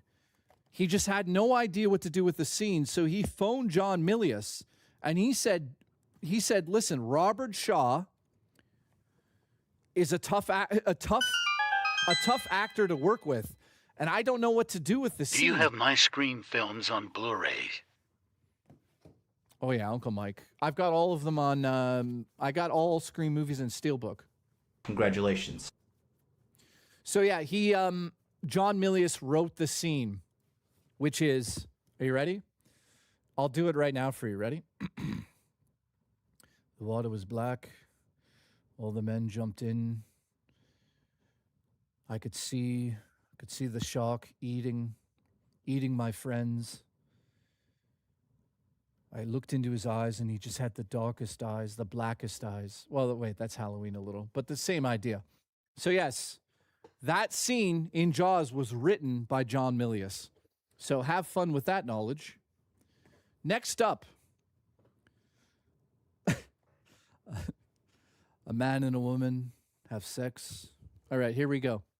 Next up, I only have 3 more, but I could keep going if you guys want. I got tons. Next up is, I would say that this is debatable. This is debatable, what I'm about to say. Debatable to a degree. The next movie I'm about to show you is the most important zombie film ever made. Now, it's not Night of the Living Dead, which I would say is probably the most important to a lot of people out there.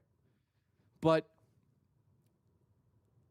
this right here was the sequel to Night of the Living Dead that not only really turned George Romero into the Godfather and grandfather of zombies, but this is the movie that introduced the audiences to the idea that in a zombie apocalypse, the bad guys were really not the zombies, it was the humans.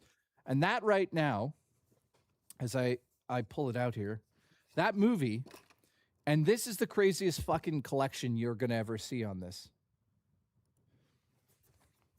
That movie I'm talking about is a little movie called Dawn of the Dead. Now, this box set is damaged. It came all the way from the UK. Super expensive box set. Was actually gifted to me. By the way, I want to say something. This box set was gifted by a fan to me.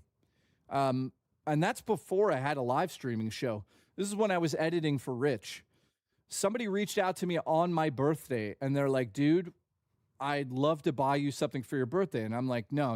He's like, anything. And I'm like, no, I don't want anything for my birthday. So he's like, okay, do you mind if I just send you something for your birthday? And I said, I mean, if you really want to, I'm not going to turn down something like that, because I think it's, to be honest with you, it's a little disrespectful to have a fan come up to you and be like, listen, your show means the world to me. I'd like to give back. Who am I to be like, no, fuck off, I don't take gifts? You know what I mean? That's in my opinion, I know it sounds ass backwards, but I was expecting a card. Like, I was expecting a card. You know what I mean? I don't expect people to go crazy and buy shit like this. So he sent this to me with a pre-order for it for my birthday. And he was like, dude, I know you love horror movies. This is one of the craziest fucking things I got on the show as well. You know, no offense, Dino, but yeah, no, Dino got me the best birthday gift ever. We already know that. This right here, this was gifted to me. This was gifted to me as a gift too. I have a few of them that were gifted by you guys, so thank you. This was gifted from the UK as well.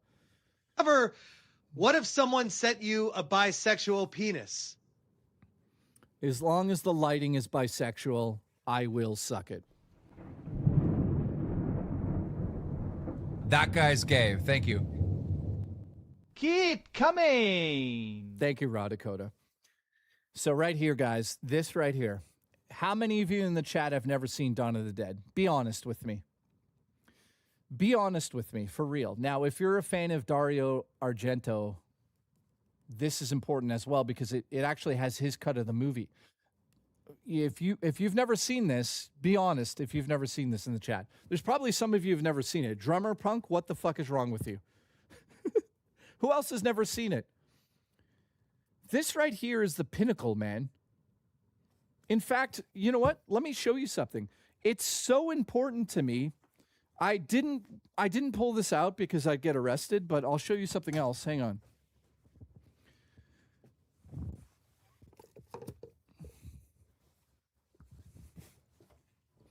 This right here, guys, is my other copy of it. This one means a little bit more to me. I don't really show this off to be like, oh, look at me, I met these people. I got this personally signed by these people because, as you guys know, George Romero and I kind of became friends around the time of Land of the Dead. I would go as far as calling us friends, for real, because, you know, I hung out on the Land of the Dead set thanks to him. Every time he did conventions, I was obviously there beforehand with my my media pass, but he'd get me in there. I hung out with all of them after all of the shows there, and also we got invited to go to his house and watch a movie, but that never happened, which I thought would have been, I would have killed myself at that point. No, I'm not. I'm going to get canceled for saying that. That's a joke, YouTube. I would have been happy dying after that, but that never happened because he passed away from, a lot of people don't know, he actually had a stroke while he was on the set of Land of the Dead. So, I mean, it sucks, but, when this came out, I had to get him to sign it. So he was kind enough to sign this for me. I actually have so he says, Jason, stay scared, George Romero. And it also has Ken Forhey, who stars in the film, and Tom Savini, who did the special effects makeup in Dawn of the Dead, Day of the Dead. So, you know, this series means a lot to me for many different reasons, not just because of the film, also because I got to know some of the filmmakers who made it. And I would say George Romero, out of every single fucking director I've ever met, was the most kind-hearted. I almost would say he's like a grandfather figure. It felt like I was talking to a grandfather figure. He was just an incredible person. And he was so cynical. I don't think you guys realize how cynical he was. But that's really where I formed how I believe. You know, like he if you watch the movie, it's kind of him saying what's going to happen to us in one way or another. You know, he never believed that there'd be world peace. He never believed that we could come together as one on anything. And that's why he made these movies. He's very nihilistic. He's very negative when you really get to know him to a degree. Obviously, he doesn't go spouting these things, but he knew that humanity was kind of a stain on the earth. And he obviously made films about that. Because the star of these movies, or I should say the negative side of the film, is not the zombies. It's the humans who act way worse than the zombies. So he had political statements in his movies. You know, this one's about consumerism and the idea that after you die, you end up going back to the mall. You know, there's something heavy about that. So if you really get into the mythology of how George Romero wrote and what he was trying to say in his films, every one of them had a different statement. Like Night of the Living Dead, you could say the ending of that movie really encapsulates all of Hollywood, because at that point in time, having a black actor star in your film the way he did with Night of the Living Dead, that was unheard of, guys. That was like to a degree that you would never imagine. And not to ruin the movie, but it's old, to also have the black character end up the way he does in that film by white people was a huge statement back then. So George Romero did definitely have undertones of some serious topics that it goes over the head of most people. Most people would watch this and be like, that was a fun popcorn flick. You know what I mean? But they're not looking at it from like a different standpoint. And then, you know, like Day of the Dead, obviously that had a very heavy military presence on that. And obviously he's making the military look like fucking jackasses. So every one of his movies had political statements in them, but they're, you know, they're not outright in front of you like a lot of other movies would do these days. And I'm okay with that because it's an incredible movie. You know, and if you're gonna use it in a cheap way in filmmaking, like just to be political so you can get people's eyes on it, I'll give you an example. He's not grifting. He has something to say, something to bring to the table with his statements, right? But if you're the type of director or YouTuber who just like talks politics because you know people will come and give you money because you're talking about them, that shit to me is like bottom of the barrel shit. Same as like Nate the Hate, leaking video games. He thinks people respect him for that, but at the end of the day, he's just the same as any other grifter like Smash JT, in my opinion. I don't give him any respect whatsoever or credit for what he does, because he doesn't give a shit. He's doing it to make money, plain and simple. If he was doing it for free and just said, oh, I found this info and I'm on Twitter, that's great. But he also has a fucking podcast, which you guys, how many fucking people watched the reveal of Ocarina of Time? Millions of fans around the world. He made it his decision to leak the information because he thought he was king shit. Imagine having the balls enough to fucking be like, hey, I know about this huge game that's so influential to so many people, and he just drops the information because he wants clout and to get paid. Dude, come on, fuck off with that. That's just unbelievable to think. Like, what a narcissistic asshole, ruining that surprise for millions of people. Sorry, it pisses me off for real. It's insane. Like, how would you guys feel if I went to the movie theater and just before you got into the movie theater, I just told you the whole story of the movie flat out? Oh yeah, at the end of this movie, that character gets killed this way, and this is why the movie, you know, it's insane. It's insanity. It's insanity.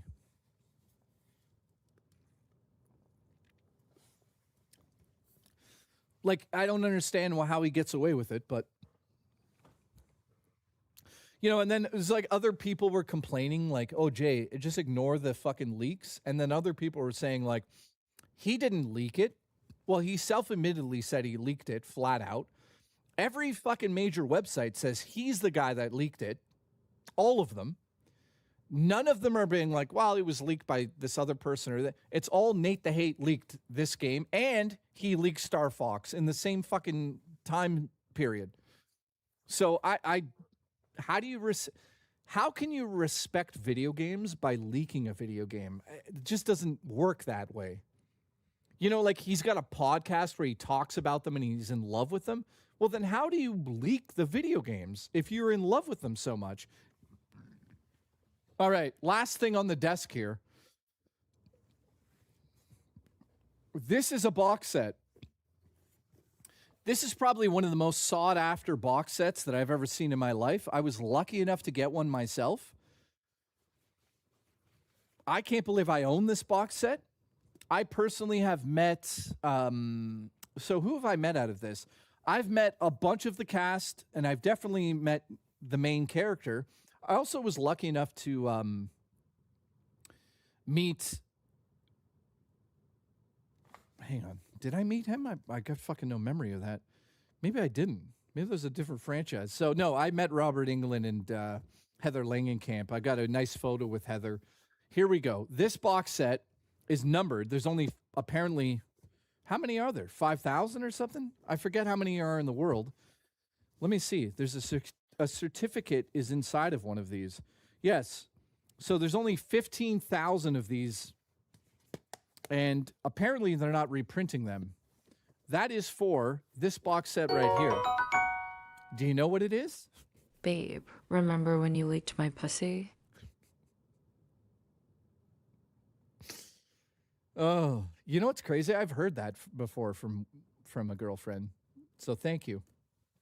You're fired. That guy's gay. Thank you. So this right here is the incredible box set for A Nightmare on Elm Street. Now, what's crazy about this is it goes all the way up to A New Nightmare, but Freddy versus Jason's not included in this, which is a bit of a weird space. It's like they both own the rights to that. Why isn't it included? I wish it was. It wasn't. It's okay. I'll live. These steelbooks are incredible. They have the original artwork on each of them. So that's the original artwork for the original poster. It also has, and by the way, shout out to Julie B if you're still here. I gave her the code to download all of these. So there you go. That's the original Nightmare on Elm Street. It's such an influential film for a lot of people out there. Part 2, I'm just going to say... That guy's gay. Thank you. This has incredible bisexual undertones, for real. Or gay undertones. So I think, if you don't know about that, yes, the main character of Part 2 is clearly gay. Nothing wrong with that. But here's the weird part. All of the actors involved kind of know he was a gay character, including the actor who played Jesse in the film, who is gay in real life. All of the other people involved are denying it. Like the director and the cinematographer have famously said, that character's not gay. Wait a minute, what? There's even a scene in a gay bar in the film. Like, guys, it's a gay horror movie. Big deal. I don't care.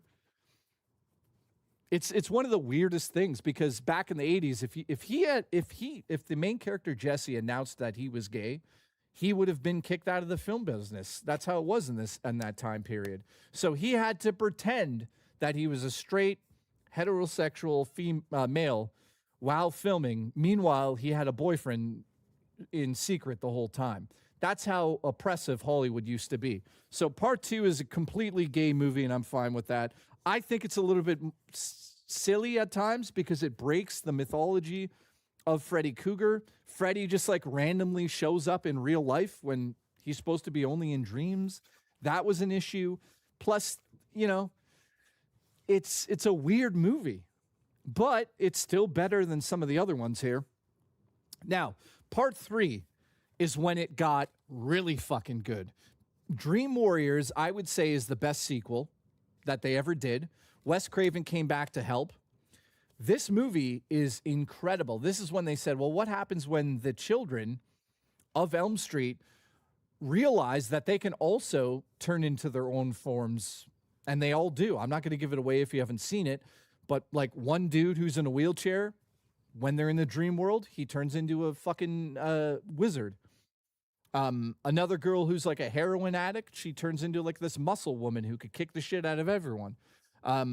It's an amazing movie, man. So part 3 is incredible. It also expanded on the lore, and Heather Langenkamp came back for part 3. So part 4 is when it starts to get a little weird, because this is when you have characters that are from the last couple of movies. And part 4 and 5 is where it gets weird, because 4 has Patricia Arquette, and then all of a sudden in part 5 they recast her, so it's like you kind of lose a little bit of that momentum going in between those two films.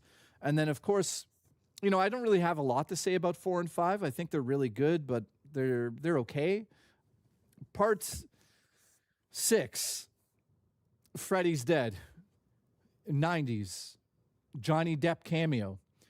I don't think this is great. I think that it has a lot of wonkiness to it. I also think that they had no fucking clue what to do with the 3D. But check this out. It actually comes with the 3D glasses, so you can still experience the 3D moment of this film. It's okay. It's not the best, not the worst. And then last but not least, which would be part 7. This is when Wes Craven was like, you know what? I could reboot the whole franchise. Very meta film, obviously. You know, Heather's walking around playing herself. Do I love this movie? Yeah, it's okay. It's got a bit of wonkiness to it. You know, Wes Craven and I would say Stephen King have that wonkiness to the way they tell their stories. Very like, what's the word I'm looking for? Like mythical aspects to it. Like mythology is involved, and they get into the history of things, and it's like, okay, we're doing a horror movie. We don't need to get that deep into like where he came from. But overall, great box set. And last but not least, I have one more movie here. And by the way, if you guys want to tell me your films that you love, let me know in the chat. I've went over all of that today. Yeah, it's got a campiness to it, right?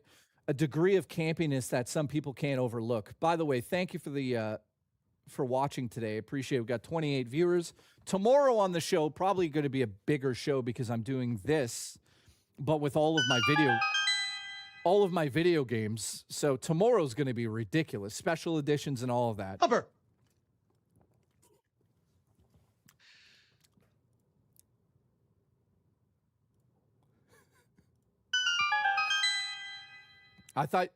Here we go. Cover. Wes Craven's Shocker. Wes Craven's Shocker I own as well, my friend. That's another movie that's just like is very, very campy. Very campy, guys. So you know what? We still have a half an hour here, so I'm going to go grab more movies quickly, but here's the last one.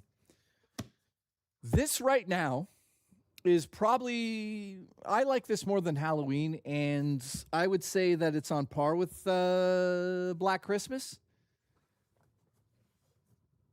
I don't know why he's saying Discovery at the beginning. I don't know why, Nightbreaker.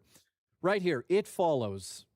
If you don't know this film, you're missing out on, I consider it to be one of the horror classics of all time. They're doing a sequel called They Follow, which I don't know if it's about pronouns or not, but They Follow is coming out. Also, it's got bisexual lighting. And this right here is just a masterclass in suspense. If you've never watched this film, you're missing out on one of the most suspenseful films of all time. It goes from 0 to 100 in one of the scenes that I'm not giving away, and it never stops. Now, as you know, there's always some sort of I don't want to give I'm trying to think if I should give this away. I don't think I should give it away.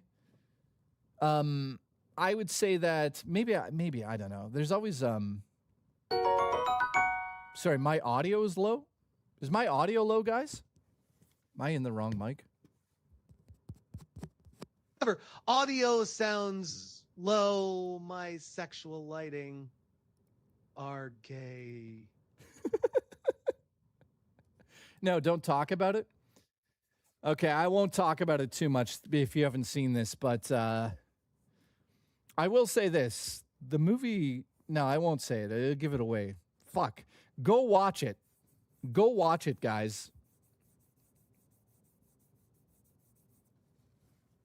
Welcome to Derry. I love it. But yeah, they're filming a sequel right now, and she is back.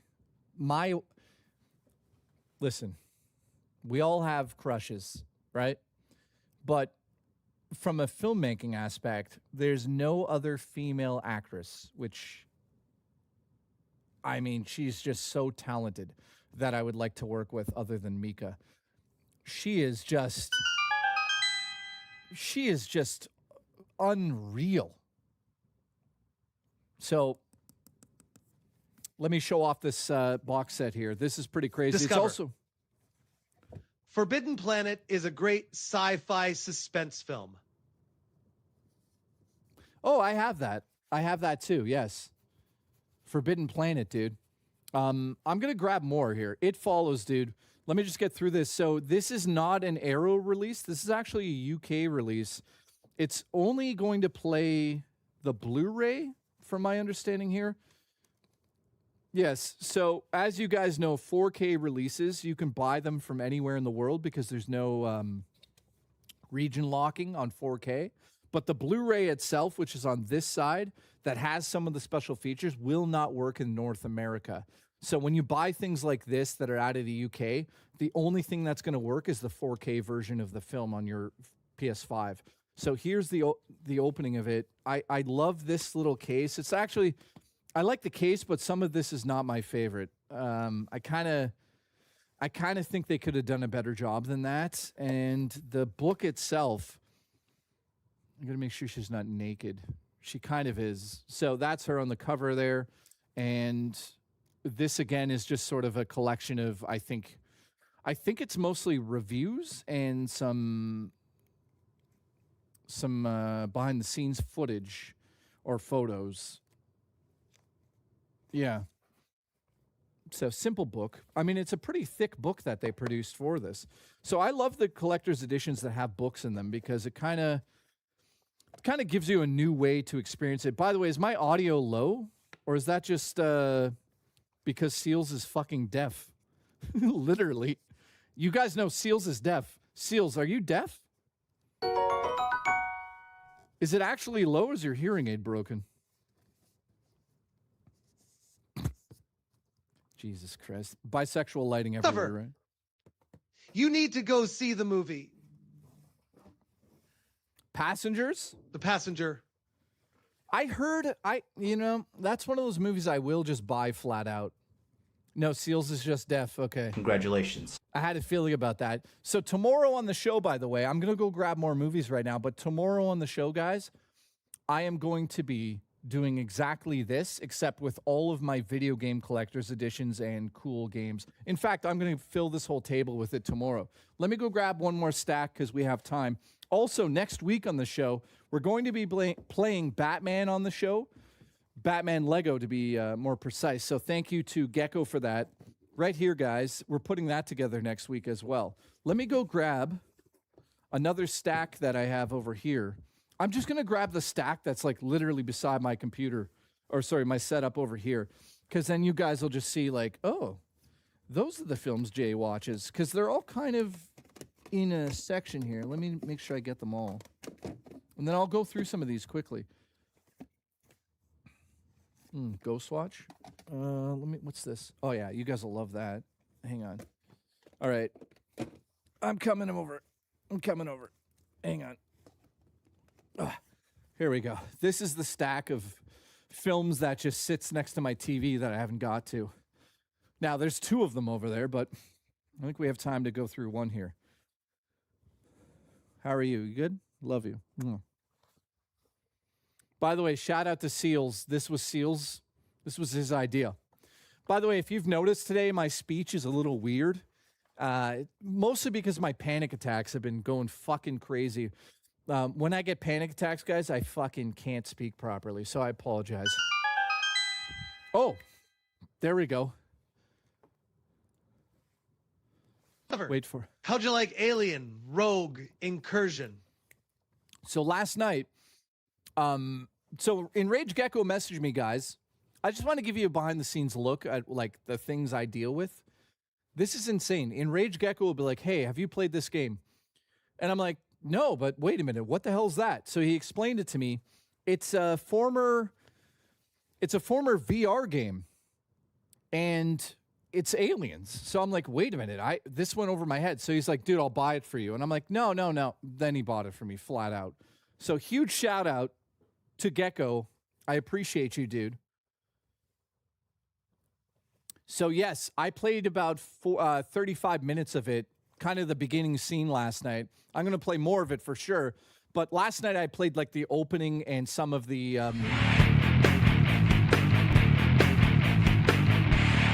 Uh-oh.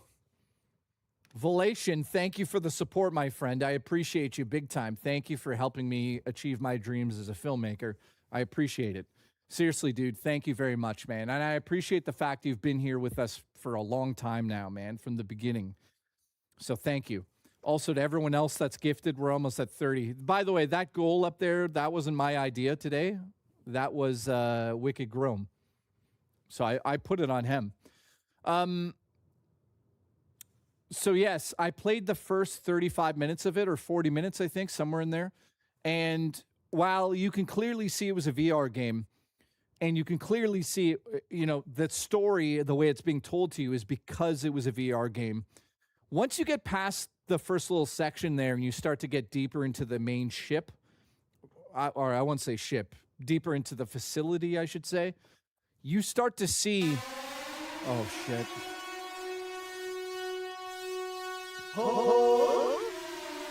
Dan has gifted 5.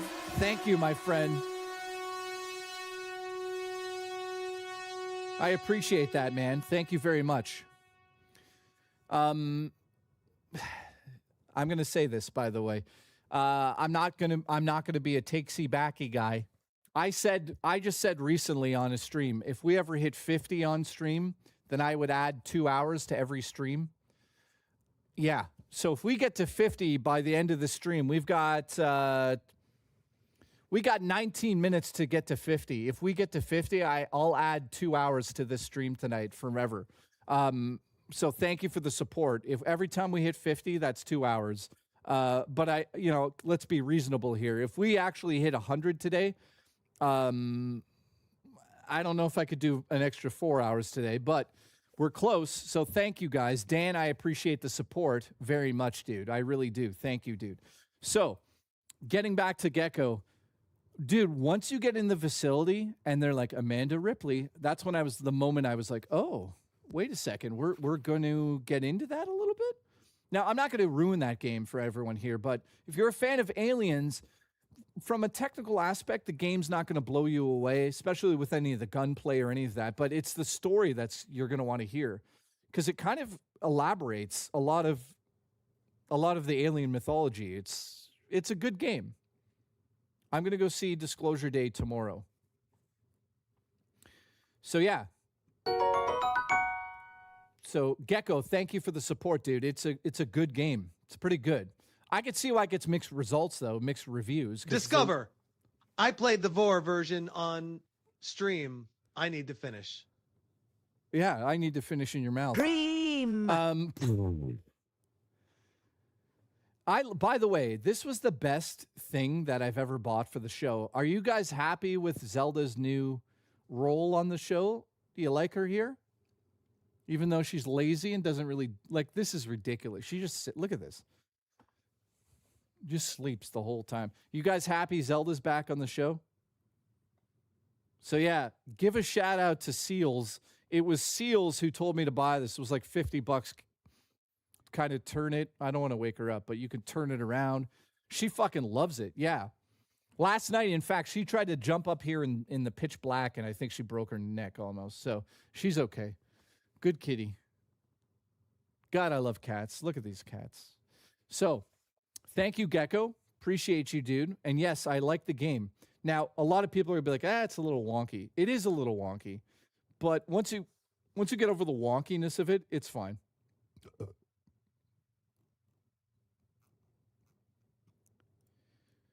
Okay, boom. Oh yeah, this Saturday Vapus has to work. That's why we're doing a recap of all the gaming event stuff.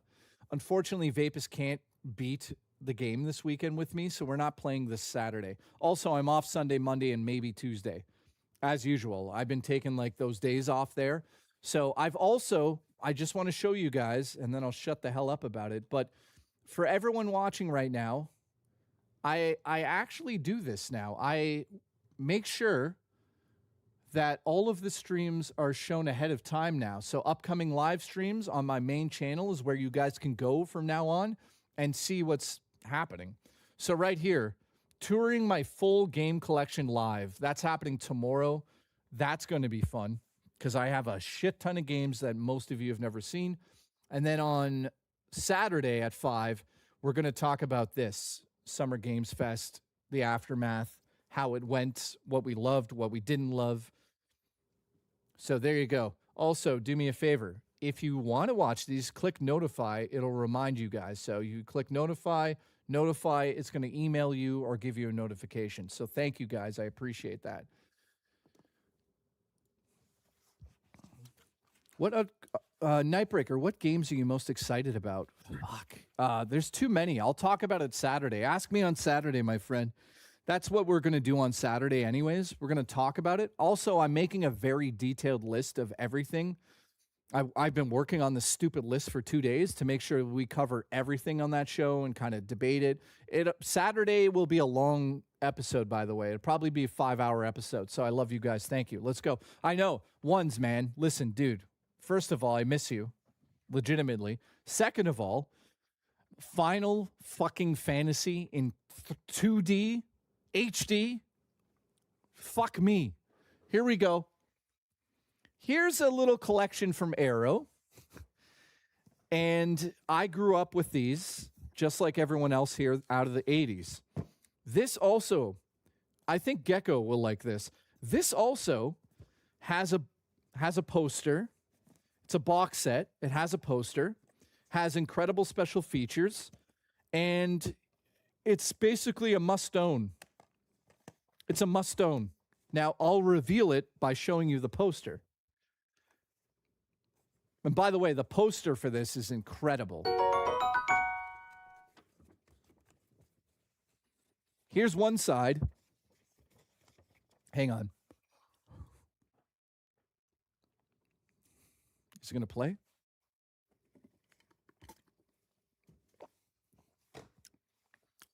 The fuck is wrong with this thing?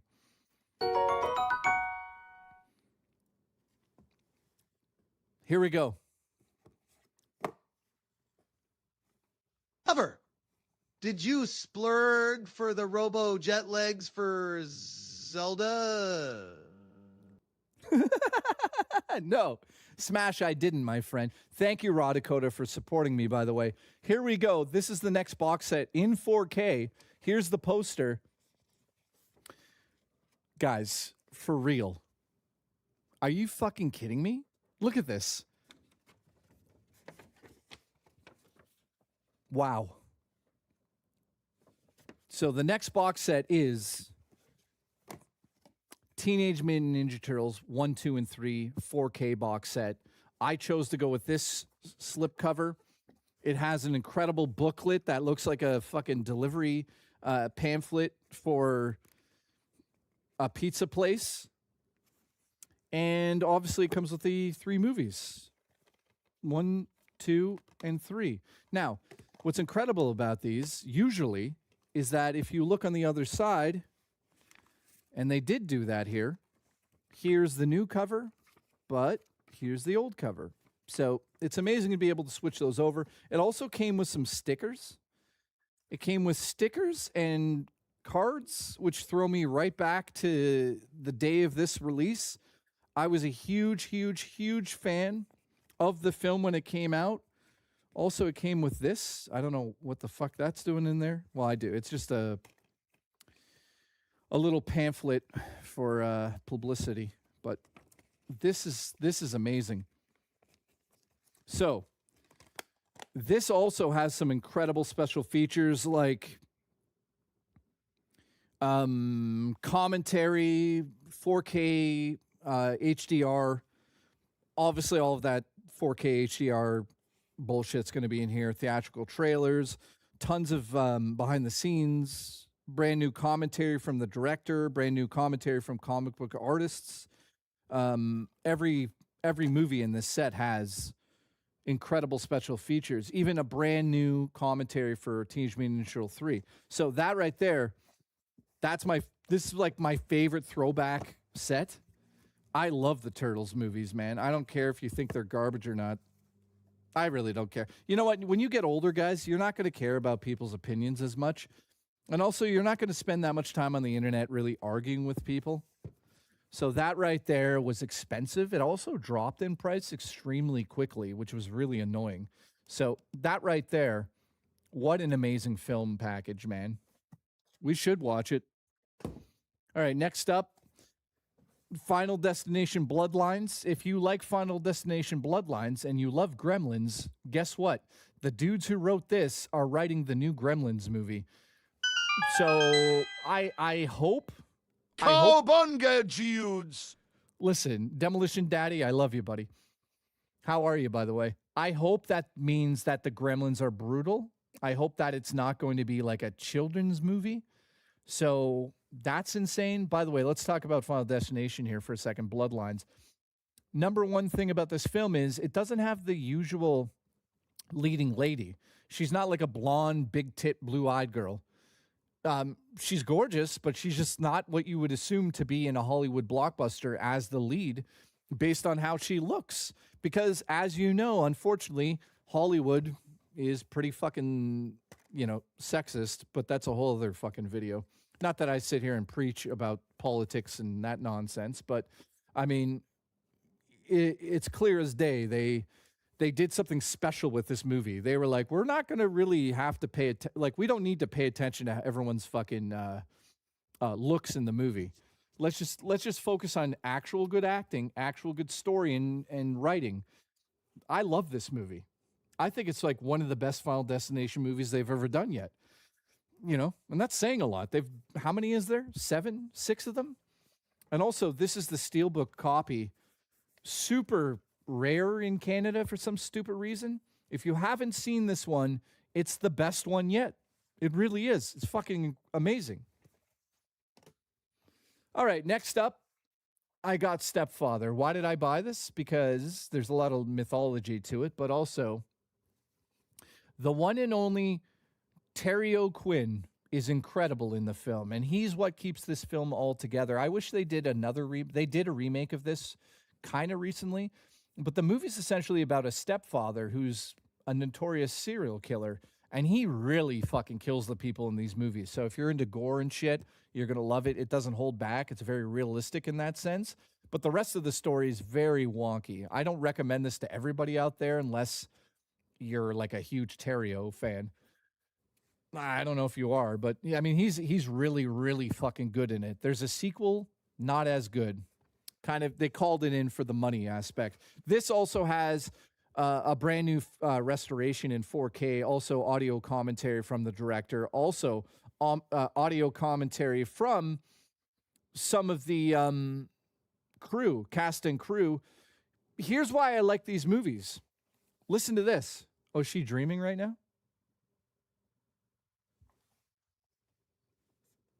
Are you dreaming?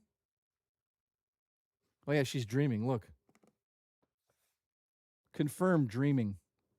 Also, her eye is so dirty again. So here's why I love these Blu-rays, guys. Let me show you quickly. One commentary with the director, one with some of the actors, another one with the film critic, and another one with the film critic. And that's on just disc 1. Now, obviously, disc 2 has the same features, but there's also a ton of special features on the other disc. So yeah, it comes with 1, 2, 3, 4 commentaries on a film like this. That's fucking awesome. There's so much knowledge in those, especially if you want to become a filmmaker. These are the movies you should be buying to understand how filmmaking even happens. You know, from an aspect of going from like, I don't know anything to now I know something. Watching movies with commentary tracks is the way I learned a lot of things. Thank you, Demolition Daddy, and thank you. Did you do Train Spotting yet, Demolition? No, I didn't get to that yet, my friend. But that is another movie that I love. All right. Next up, a movie that I got on sale for $4. I mean, I don't need to explain much of this, but if you haven't seen Casablanca, then you've been living under a fucking rock. Best Picture out of the 1943 Best Picture. If you haven't seen this, man, holy crap. I mean, talk about just epic proportions in storytelling. Yeah, there's a lot you could say, but go watch it. Next up is a movie that's oddly enough about filmmaking. It's about John Travolta being, listen to this, a special. So he's a filmmaker and he works on the sound effects. So this is about John Travolta working on a movie as a sound recordist, and he thinks he accidentally records a conversation about the assassination of a political figure. That's all I'll say. It's called Blowout. This is the 4K version. If you haven't seen this, and also it's a De Palma film, which Brian De Palma is. So yeah, if you haven't seen Blown Out, it's fucking intense, man. Yes, exactly. So the premise is, and I'm not going to give it I'm going to change the premise slightly so you get what I'm saying. But they're making a movie and it's outside and he happens to record audio of something. At least he thinks he does have that. And it turns into an absolute shit show for him. You have to watch it. Also, Brian De Palma is the director who introduced me to a split diopter shot. Now, if you don't know what split diopter is, on the front of a lens, there's one piece of glass, just like you're seeing right here, one piece of glass, right? There's only one focal plane. What I mean by that is, if I put my hand up, it's in focus, right? That's the focal plane, right? So if I move the focal plane to the back wall, I'm out of focus here, and now that is on focus. So a focal plane is where the camera's focusing. You can't have two focal planes on one lens, right? Think about that for a second. You're like, well, wait a minute. Yeah, that's crazy to think about. Because as a filmmaker, you don't think about everything like this until you start watching films and you realize that, wait a second, some directors have a split diopter. And what a split diopter does is essentially moves the focal plane of half of the lens or the whole lens, whatever you want to do. If you have half of the piece of glass, the split diopter in front of the lens, you have two planes of focus now in one single shot. So Jaws famously uses that, and so does Brian De Palma. So I'll give you an example. Right now, if I wanted to have me in focus here where I'm sitting, but then have the background right on this side in focus, I'd have to use a split diopter. And that's just a piece of, I have one. I'll show it off one day on here, but it's a huge piece of glass that just sits in front of half the lens and magnifies it in a way where you can change half of it. So Gaming Survivor says blah, blah, blah. And here's what I say to him. All right, next up.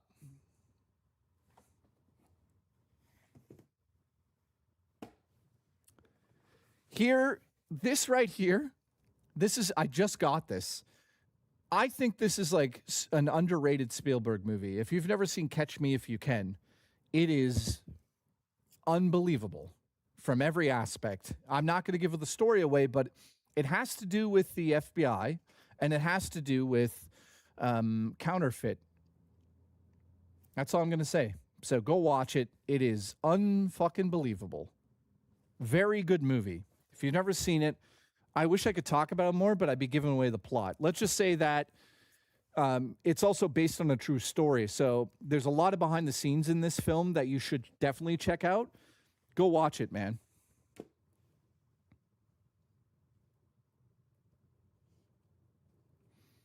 Dub says, 4K Blu-ray that you don't open. Here, look. You happy? Is fucking... Here, there you go. Look. Oh, oh, oh, oh, oh, oh, oh. There. I fucking licked it, too. Here, look. There, you happy? Okay. Next up. The Fog from John Carpenter. Some people would say that this... Ever. I have to watch The Hurt Locker this week for class. So if you guys don't know, Raw Dakota's in film school at the moment, which is fucking awesome. Him and I have been shooting the shit. Hurt Locker is an incredible film, by the way, so I hope you do enjoy it. Also, it's directed by Catherine Bigelow, who's the director of Near Dark. She also did a bunch of other films after the fact, but she was also married to the one and only James Cameron. So surprised that she didn't herself. Anyways, right here, The Fog in 4K. I honestly think that The Fog is not a great film. And what are you going to do? I think it's okay, but it's not Carpenter's best work. It's a little lazy at times. The pacing is fucking wonky as shit. So it's a good film. Obviously, it's a cult classic to some, but I personally think that, like, you know, it's got Jamie Lee Curtis on the cover, but his wife at the time was Balboa. That's what I call her. Adrienne Barbeau.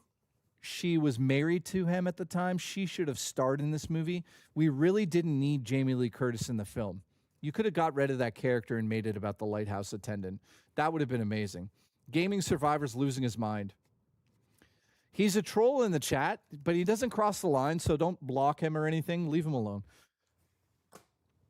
All right, next up is the first movie on this whole list that I have not seen since, I would say, 1988. So I don't even remember it. And that is, some people call it classic. I don't know if I do. I don't, but Silver Bullet. Silver Bullet. Let's do that again. Silver Bullet. This is another Stephen King film that leans way into the campiness. How many discs do I have total? Dubs asks in the chat. How many Blu-rays do I have in total? I honestly don't know the answer to that. At least thousands. I don't know. I really don't know the answer to that. But right here, 4K. Haven't seen it since the original release, essentially. I will probably watch it soon and then get back to you. But it is a werewolf movie. A lot of people say it has a great special effects in it because it's handled by... who does the special effects in this? Hang on. Well, Corey Haim is in it. Gary Busey's in it.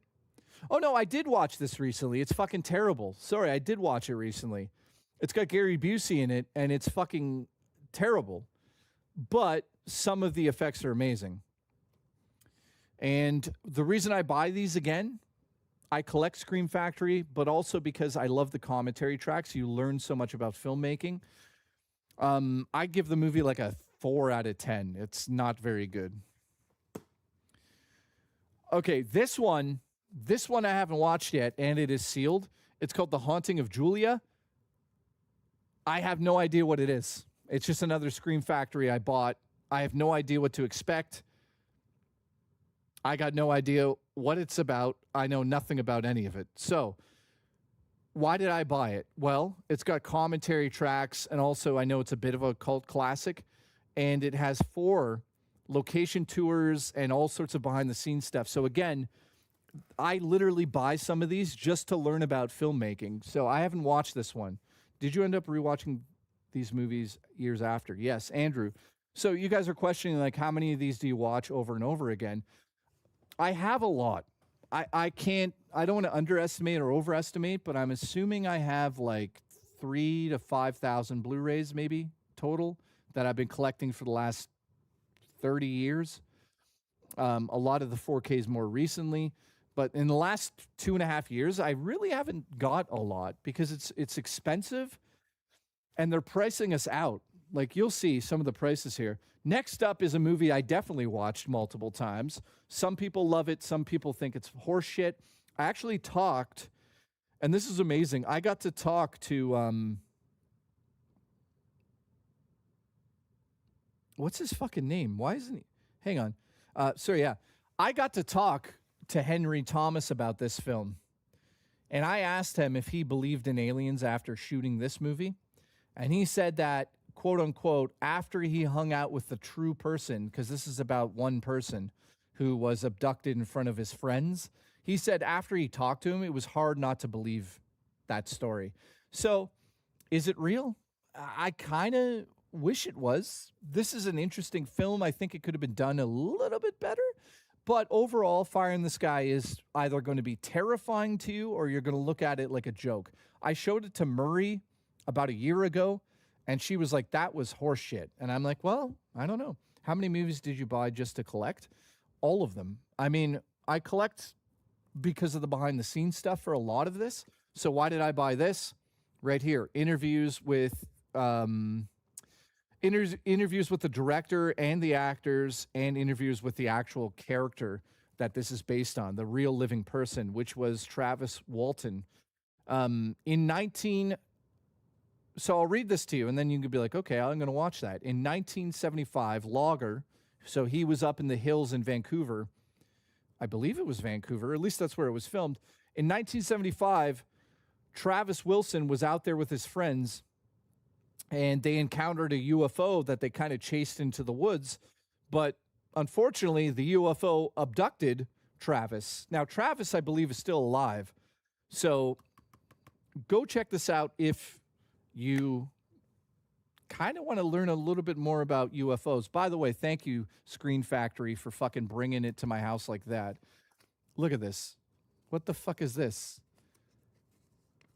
Jesus. Scream Factory is terrible at times, by the way. Their quality, by the way, is going down. Like, so look at the cover now.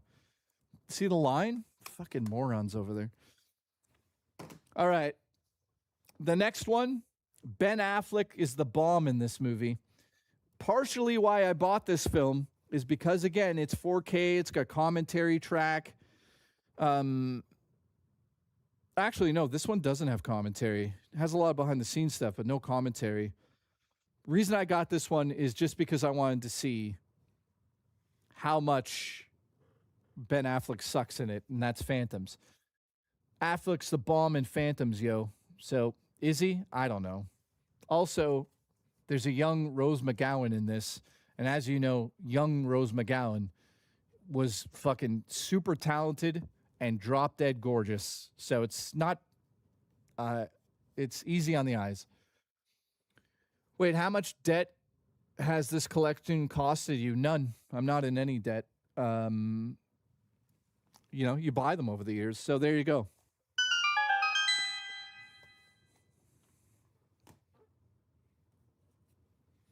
Okay. Cover. Gravity Circuit is free on Steam at the moment. Oh, nice. There you go. So you guys know I'm a huge fan of Argento, and I love his fucking old school films, but this one's from 2003 called The Card Player. So if you're into Italian giallos, this is actually not bad for him being, you know, way past his prime. Not going to really talk about it in detail here because there's not a lot to say without giving the story away. But The Card Player is definitely an amazing 4K from Vinegar Syndrome. This is like a boutique place that's so expensive now. How many Blu-rays do you get in a month, average? I used to get a lot, not anymore. Right now, I think I might get 5 to 10 in a month or less than that. The first 4 months of this year, I think maybe I've got 30 max. Maybe. I don't think it goes past that. I've shown you guys how big the collection is. It's like on a whole wall in that one room, and now it's like in the other room. It's all over the place. Next up, though, by the way, just to be clear, I'm going to be selling a lot of this because, you know, some of them, like I said, I buy them just to watch to get some kind of, you know, knowledge out of them. But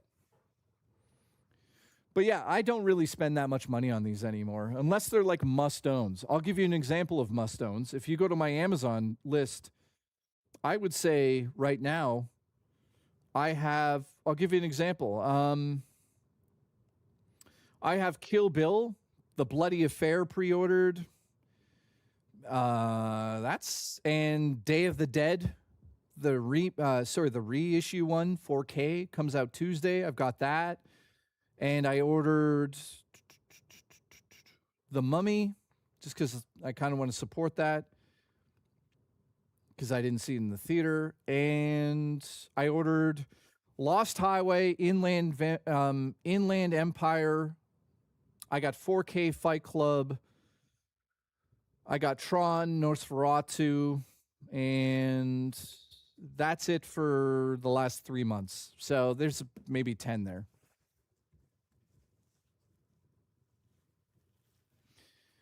Billy says, I guess the real question is how many was he buying in a month at the highest?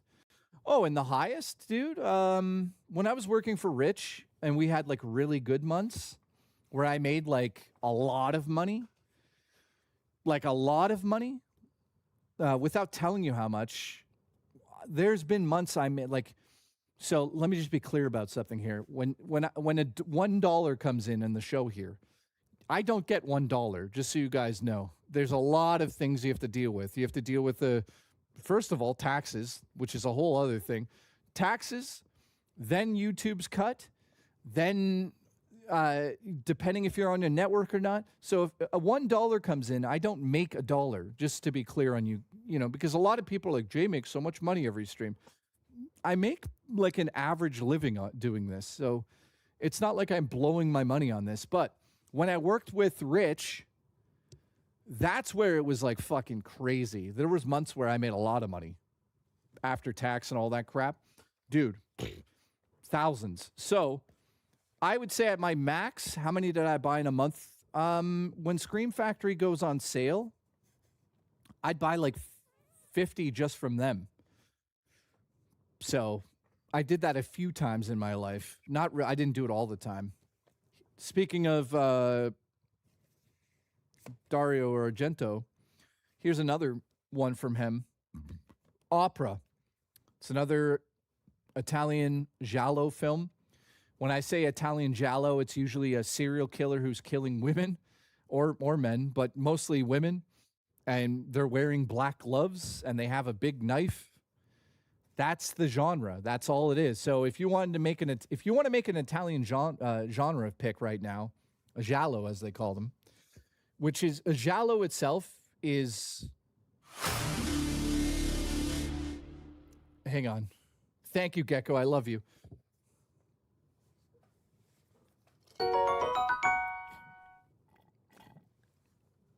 Let me get a drink, guys. Cover.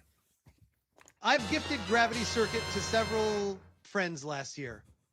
It's a great 2D action platformer, best described as a fusion of Mega Man X and Castlevania. Holy shit, really? Dude, that sounds fucking amazing. I'm going to have to really look into that after the stream here, man. That sounds incredible. For every $1 Jay makes, YouTube bends him over. Nightbreaker, basically. Volation, thank you, dude. So, we're almost done the list here. By the way, tomorrow... I sent you a picture of my penis. It has one ball. There's no way he did. Let's see.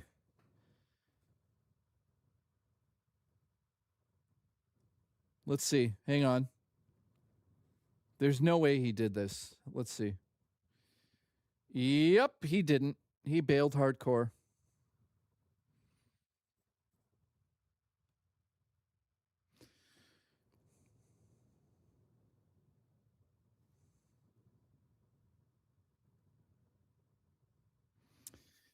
By the way, I'm just going to put this out there. As you guys know, this computer I'm on broke once, and a Vapist helped me. The same issue might be happening again, and it might be the case. So the power supply on this, if it goes, I'll have to have a few days off, because I've been turning on my computer and it's not powering the monitors on. I actually have to turn it off and turn it on again to get the monitors to work. So if I mysteriously just don't stream for a few days, you'll know the update. And that's because this fucking computer has been a headache. Here we go. Opera. Go check it out if you like Italian giallos. Giallo itself is I could get into that another time, but one of my favorites, I would say one of my favorite genres out there. I don't think I played it, dude.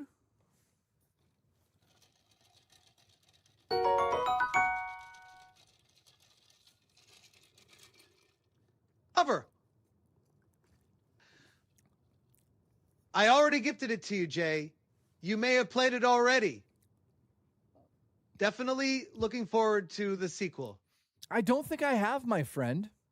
But after stream today, we'll check it out. So thank you, dude. Also, Seals, what did you say? I can't blame. I'm going to be 42 less than 30 days. Ugh, you're getting up there, dude. I'd say your hearing starts to go, but yours already went. Thank you, Bubster. I hope you send me photos of your breasts. Also, it looks like the cat's eating a poutine right now. Thank you. By the way, she loves this, guys. She loves being close to me. This is the only woman that actually wants to be close to me, so thank you, Seals, for pointing this out. Seriously, thank you. Other than that, most women just use me for my money or because I'm extremely nice to them. So congratulations. Congratulations. That's exactly what she's probably doing because she wants tuna for dinner. Next up, A Different Man. Why did I buy this? Because I heard that this movie had some absolutely incredible special effects, and it does. But I can't even explain this movie to you. This is going to go down as like a art house classic. Kind of reminds me of The Elephant Man, and you'll figure it out after.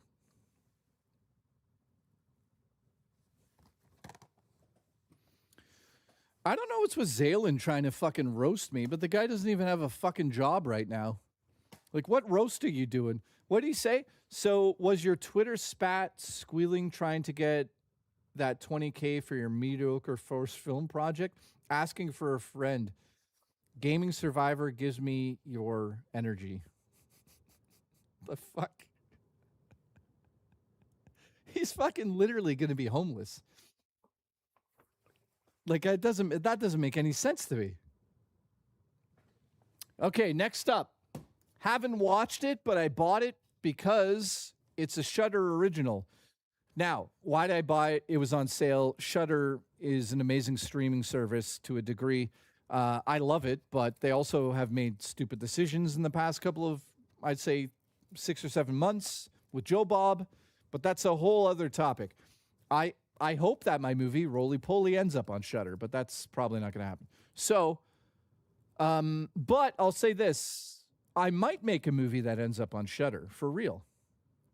Now, I heard this movie was incredible. Lots of people were saying you have to watch it. I know nothing about it.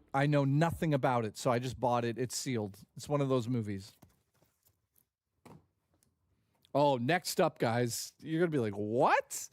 Gecko, thank you. Appreciate the support. What is...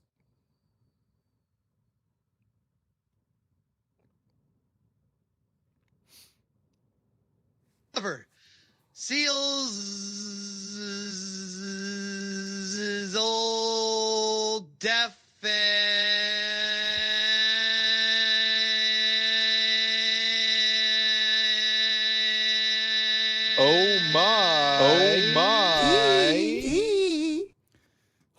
Holy shit. Let's try that again. This fucking TTS is garbage, isn't it? What the fuck was that? Cover. Seals is old, deaf, and grumpy. We're going to get matching rocking chairs and complain about the state of things. Bitter old man. You are. Ah, man. Not to play favorites, but like Gecko's probably my favorite person on stream for wittiness. He's so witty, and Nightbreaker is the best for being sexually disappointing.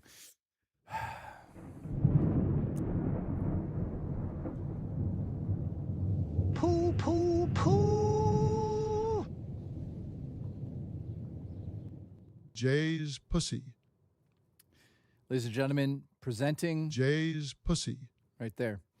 Next up, we have a little film from the director of The Exorcist, William Friedkin.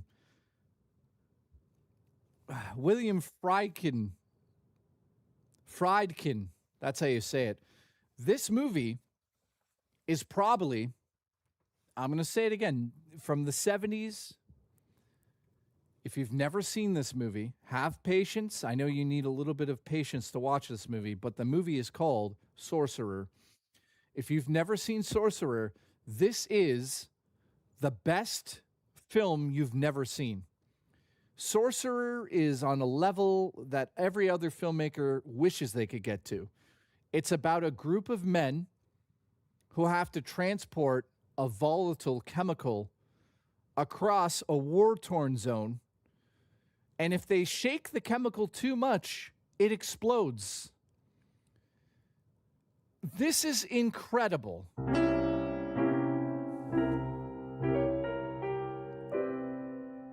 It's from 77. Go out and buy it. 4K. This is a must-own. This one's from Criterion. This is so fucking good. Cover. No, we didn't do it. Drummer Ever Crew. seen Terrified? Same director is Where Evil Lurks. Yeah. Listen. Lurk into my ass. Shine some pink, blue, and purple light in there before you fuck it. Who said that? Just. Oh, I love this Smash JT thing. I love it. You're fired. Trucks, what's up? Who else is hiding in here? That was great. Thank you for the support today, guys. Let's keep going. I'm still, listen, we didn't hit the goal of 50 today or even 100, which is disgusting. Where's the fucking support? I'm going to have to talk. I'm going to have to give you guys a speech about supporting me better. Where's the contributions? I put my cat on stream too. Like, come on. Really? So anyways, Sorcerer, guys, is the movie you have to watch. By the way, tomorrow, tune in because I'm going to be showing off my whole video game collection and my whole. No, Zalen, we didn't use yours because you're a fucking idiot. All right.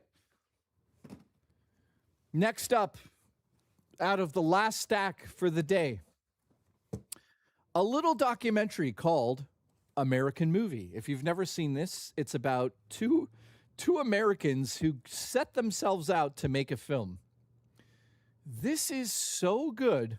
And on a level that you will never imagine. I can't believe this. There's a sequel, by the way, which I don't know about the sequel film. But if you've never seen this, this is insane. And it's real. It's about two guys who try to make a movie in America. That's all you need to know. It's like, it literally is like Jay and Silent Bob in real life. It's fucking amazing. It's inspiring in a big bad way. Gecko, stop fucking super chatting me. Great movie. Oh, we're down to 3 here, boys. We're down to the last 3. Cover. Another movie that's worth a watch is He Never Died. It starts off slow, but it follows an immortal who turns out to be the biblical figure Cain. Oh, really? I've never heard of that one, dude. Send me a link to it. Your recommendations are usually really fucking good, so thank you, my friend. Also, I appreciate everyone sticking around for this long today just to talk about movie stuff. But here, Here's a little underrated movie. I would say it's one of the best psychological horror films of all time, and that is with Tim Robbins. Do you know what this is? This is absolutely, without a shadow of a doubt, the most fucked up movie out of Hollywood that you can see. Now, don't think it's fucked up in the sense that you're going to see fucked up shit. I'm just saying from a psychological standpoint, you never quite understand what's happening in the movie. You can have an assumption about it. You can take a wild guess on what you're seeing, but everybody's going to have a different opinion on this. So if you've never seen Jacob's Ladder and you want to get stoned out of your mind and watch something that's going to fuck you up, it's this. Gecko, thank you for the support, by the way. Let me know about that movie in DMs so I can remember that. So kind of like this stream, you never know what's going on, what's real or not. So this is the 4K release that came out of the UK, and I'll just show you some of the imagery here. That's what you're getting yourself into. If it'll focus, it won't. Fuck this camera. Next up, not one of my favorite, I would say, you know what? I could clearly say this now. What I'm holding in my hand right now is the Steelbook copy of this. This is by far my favorite TV show of all time. I'm a huge fan of it, the movies. The book is great up until the part where there's a gang bang with children. That's really fucked up. That's really fucked up. And I refuse to even read that part of the book. It's so fucked up. So it's Stephen King on cocaine, which makes sense, but it's somebody go check his hard drive. So I'm a huge fan of It Chapter 1 and 2, even though 2 is not great. I know that. People are like, it's not great, blah, blah, blah, blah, blah. I think It Chapter 2 is just as good as the first one, in my opinion, because I love the characters, right? I understand as a storytelling perspective, it's not great. Part 2, at least. Because they don't really know what to do with the whole Indian mythology of the whole book.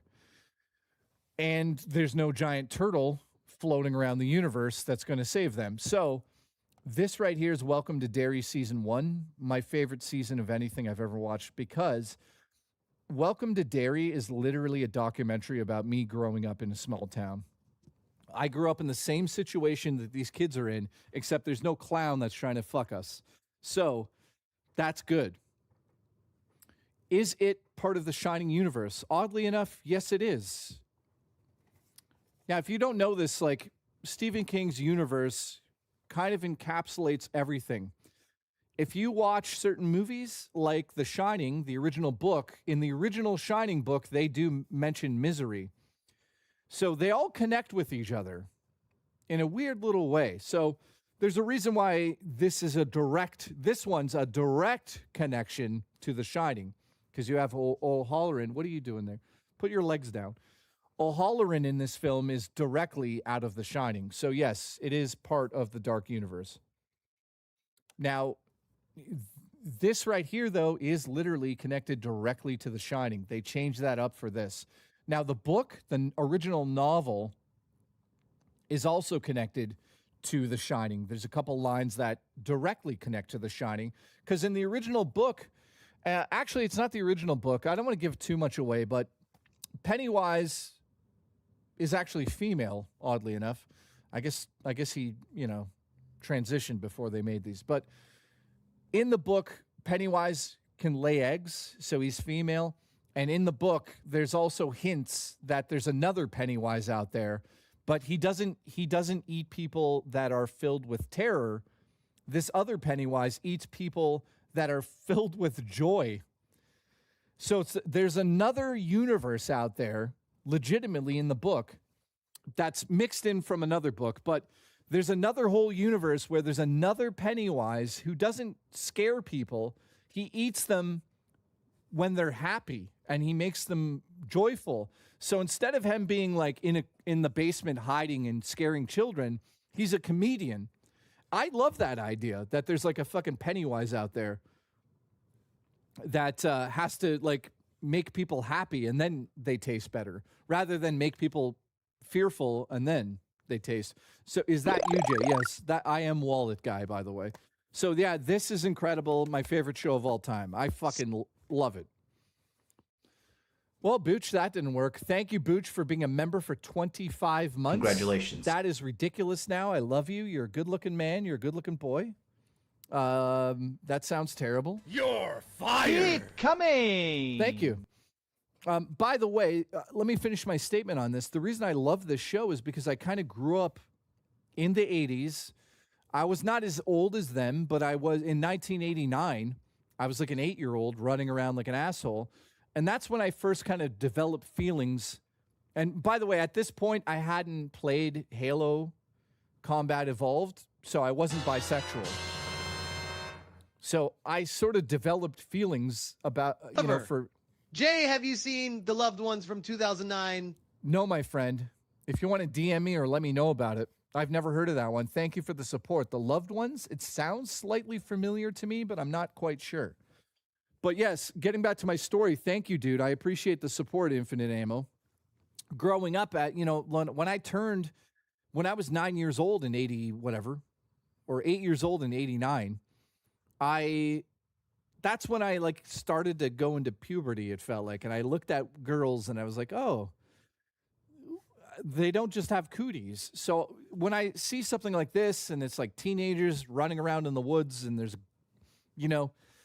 everyone's going through puberty, it totally reminds me of being a young guy in the woods doing the same shit, running around cemeteries and scaring each other. And except the difference, again, like I said, there was no clown. The only clown around was my dad.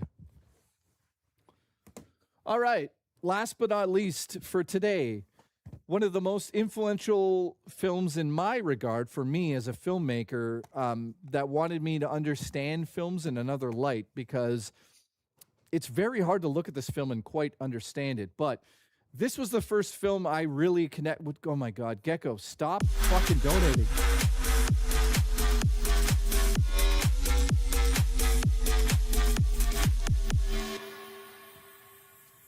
You're really tired today. Gecko, thank you. Yeah, we Stephen King, under the pseudonym Richard Bachman, wrote a book named Rage. He removed it from circulation after it turned out to be an inspiration to Columbine perpetrators Dylan Klebold and Eric Harris. Yeah, it's funny you bring that up. I happen to be enough of a Stephen King fan that now, while I don't have the slipcover for it, I actually have that book in my hand right here. So, right inside of here, this is 4 novels from early King. This is super expensive in Canada, but I just inhaled my hair. This has the Rage in it. However, can you send me a picture of the cat bed, please? Wait, why? I will, my friend. Remind me. I appreciate the support. So here it is, Rage from Stephen King. This right here, extremely hard to find in Canada, especially a small town, but I was lucky enough to get this for $5. Oddly enough, I bought it right away. Now, I haven't read it, but yeah, it was the inspiration for what he's talking about. They found it in the locker, and people make the assumption that he did kind of have something to do with it, so he pulled it. So you can't buy a publication of Rage anywhere, but I was lucky enough to get my hands on one. So, last but not least, here we go.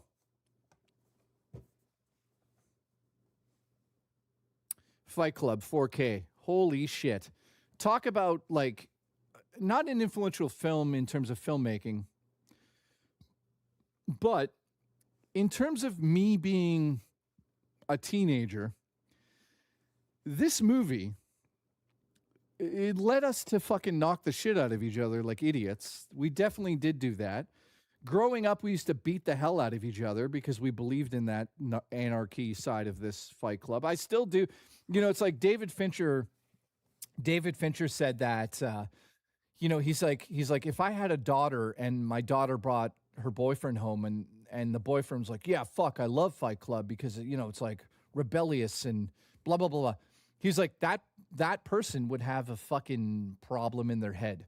And it is true. If you watch the movie over, if you believe in Tyler Durden, then you're on the wrong side of history. However, it's like romanticizes it slightly.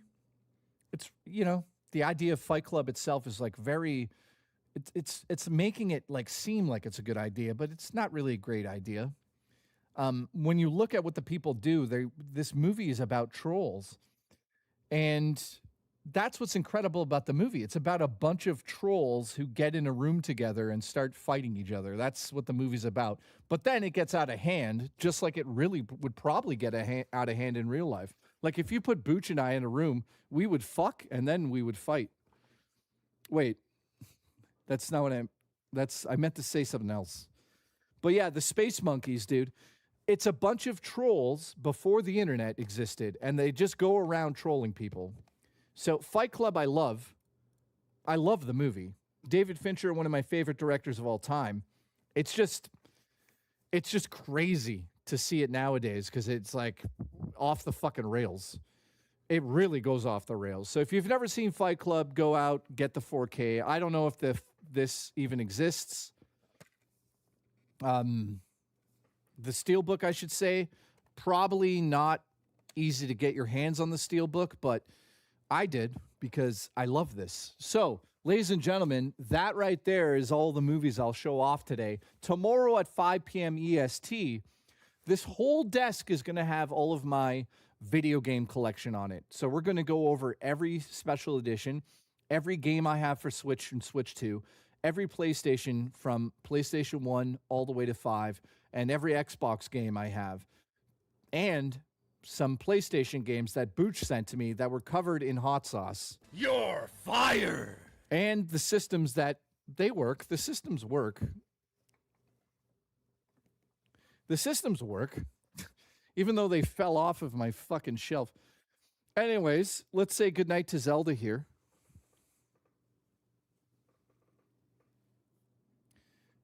Hey, wake up. We're going off the air. Do you have any last words? Your breath smells just fucking horrendous. I know. I woke you up.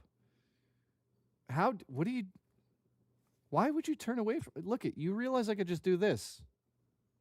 Yeah, look, now you're facing me again.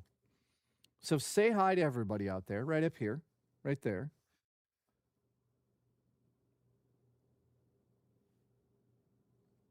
You going to bed again?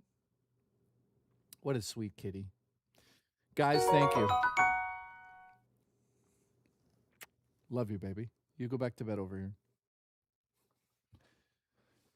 Okay. Here we go. Oh, God. It's going to say it like that, isn't it? Cover. Damn.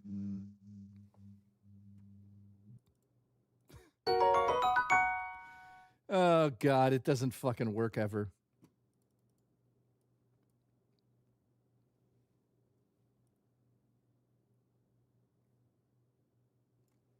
Cover. Damn, son. That is one sleepy pussy.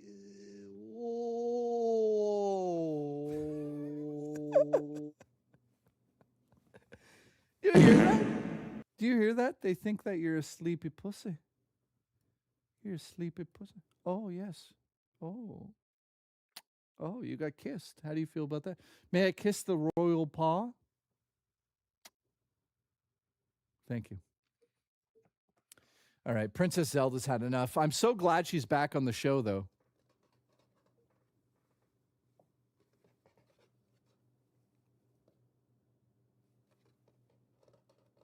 What's that? What is that? Something. Is there a. What's that? Look, you could hype her out. Look. What's that? Oh, she's nuts right now. Look. What's that? Oh, what are you doing? Oh, typical female. Always trying to look better. What do you do? What? Look at her stupid face. Look at this stupid face. Look at this. You going back to bed? Say goodnight to them. They love you. I love you too. They like you. I don't like you either. All right, see ya. Good night. Give me a kiss. Give me a kiss. Fucking typical woman. Fucking. All right, loaf. Go to sleep then. Thank you guys. I appreciate the support. Tomorrow at 5, we're going to do this with the video games. And then on Saturday, because Vapist has to get money and have a job. My name is Vapist. Fuck off. Anyways, Vapist needs to have a job. So this Saturday, we're going to go over everything that was announced during Summer Games Fest from Sega, which was not much, and Sony, Nintendo. Come on, you like Nintendo. And Xbox. You like Xbox, don't you? Kiss the royal paw one more time. Thank you. She loves that. Oh, God. Cat litter. Yeah. Oh, what do you see up there? Ghosts? Now, if you guys wondering, I know that everyone in the chat's like, why is her eye all fucked up? She has, what do you have? You have cat AIDS, don't you?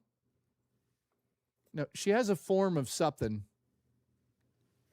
She's got, so she was an outdoor cat. She's got something. What is it? I don't know. Her eye always just like waters, so that's why she always looks like that. I clean it as much as possible, but it's impossible to get it to look normal. She's really up. Is there a ghost up there? What do you see up there? This is what I'm talking about. Every once in a while, she'll act like she's crazy. All right. Zaylin says, are we going to go over why Twitter is a bad idea always on Saturday too? Yeah, if you guys don't know, I recently went viral back-to-back days. Once because I said the Sony event was good. And the second time, I called Nate the Hate out, and he replied to me, and he was like, I don't even know who you are. Yeah, no shit. What kind of comeback's that? But whatever. So Nate the Hate doesn't like me anymore, and I couldn't give two shits. You know, I don't respect anybody that fucking leaks video games. Cream, I love you. Pat, thank you. She's currently having a bath. Come on, if you're going to have a bath, at least, you know, face the right way. Thank you to Seals. Thank you, Portable Ham Sandwich. Thank you to everybody else today. Tomorrow at 5 p.m., video game day. We're going to show off my whole collection. I have a lot of stuff. It's going to take me 6 hours to fucking get it all. Alan Jones says, great stream. Thank you. I'm trying to do stuff that's entertaining rather than talk about DSP and politics. Dream! Because that's where I was headed. You know, we were going to watch DSP today, but then I was like, wait a minute. So we could do a part 2 to this if you guys like, but let me know in the comments once this goes live. Huge shout out to my co-partner here.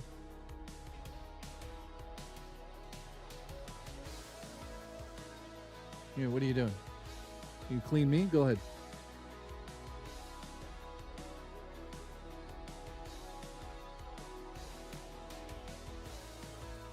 Are you cleaning me?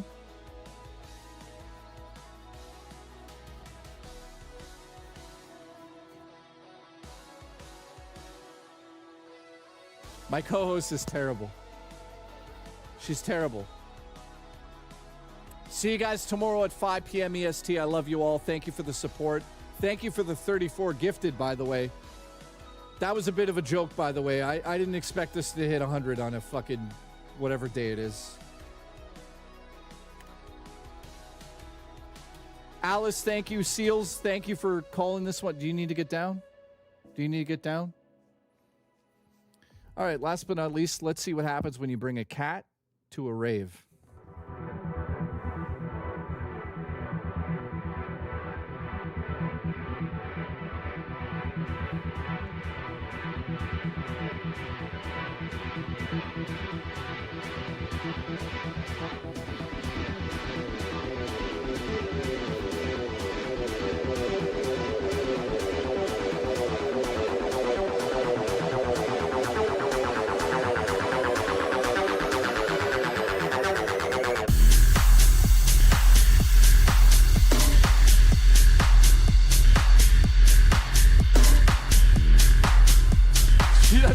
She doesn't give a shit.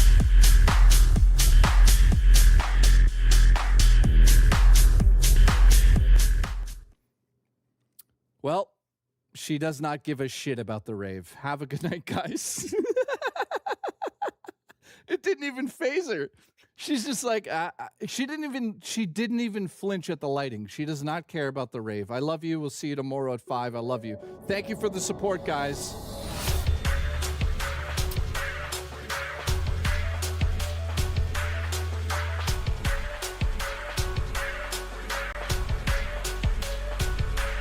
Excuse me. Hey, excuse me. Hey, I love you.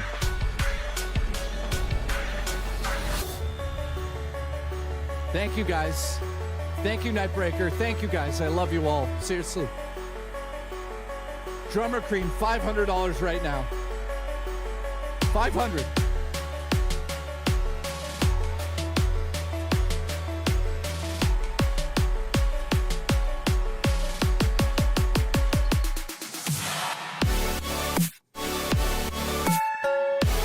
Love you.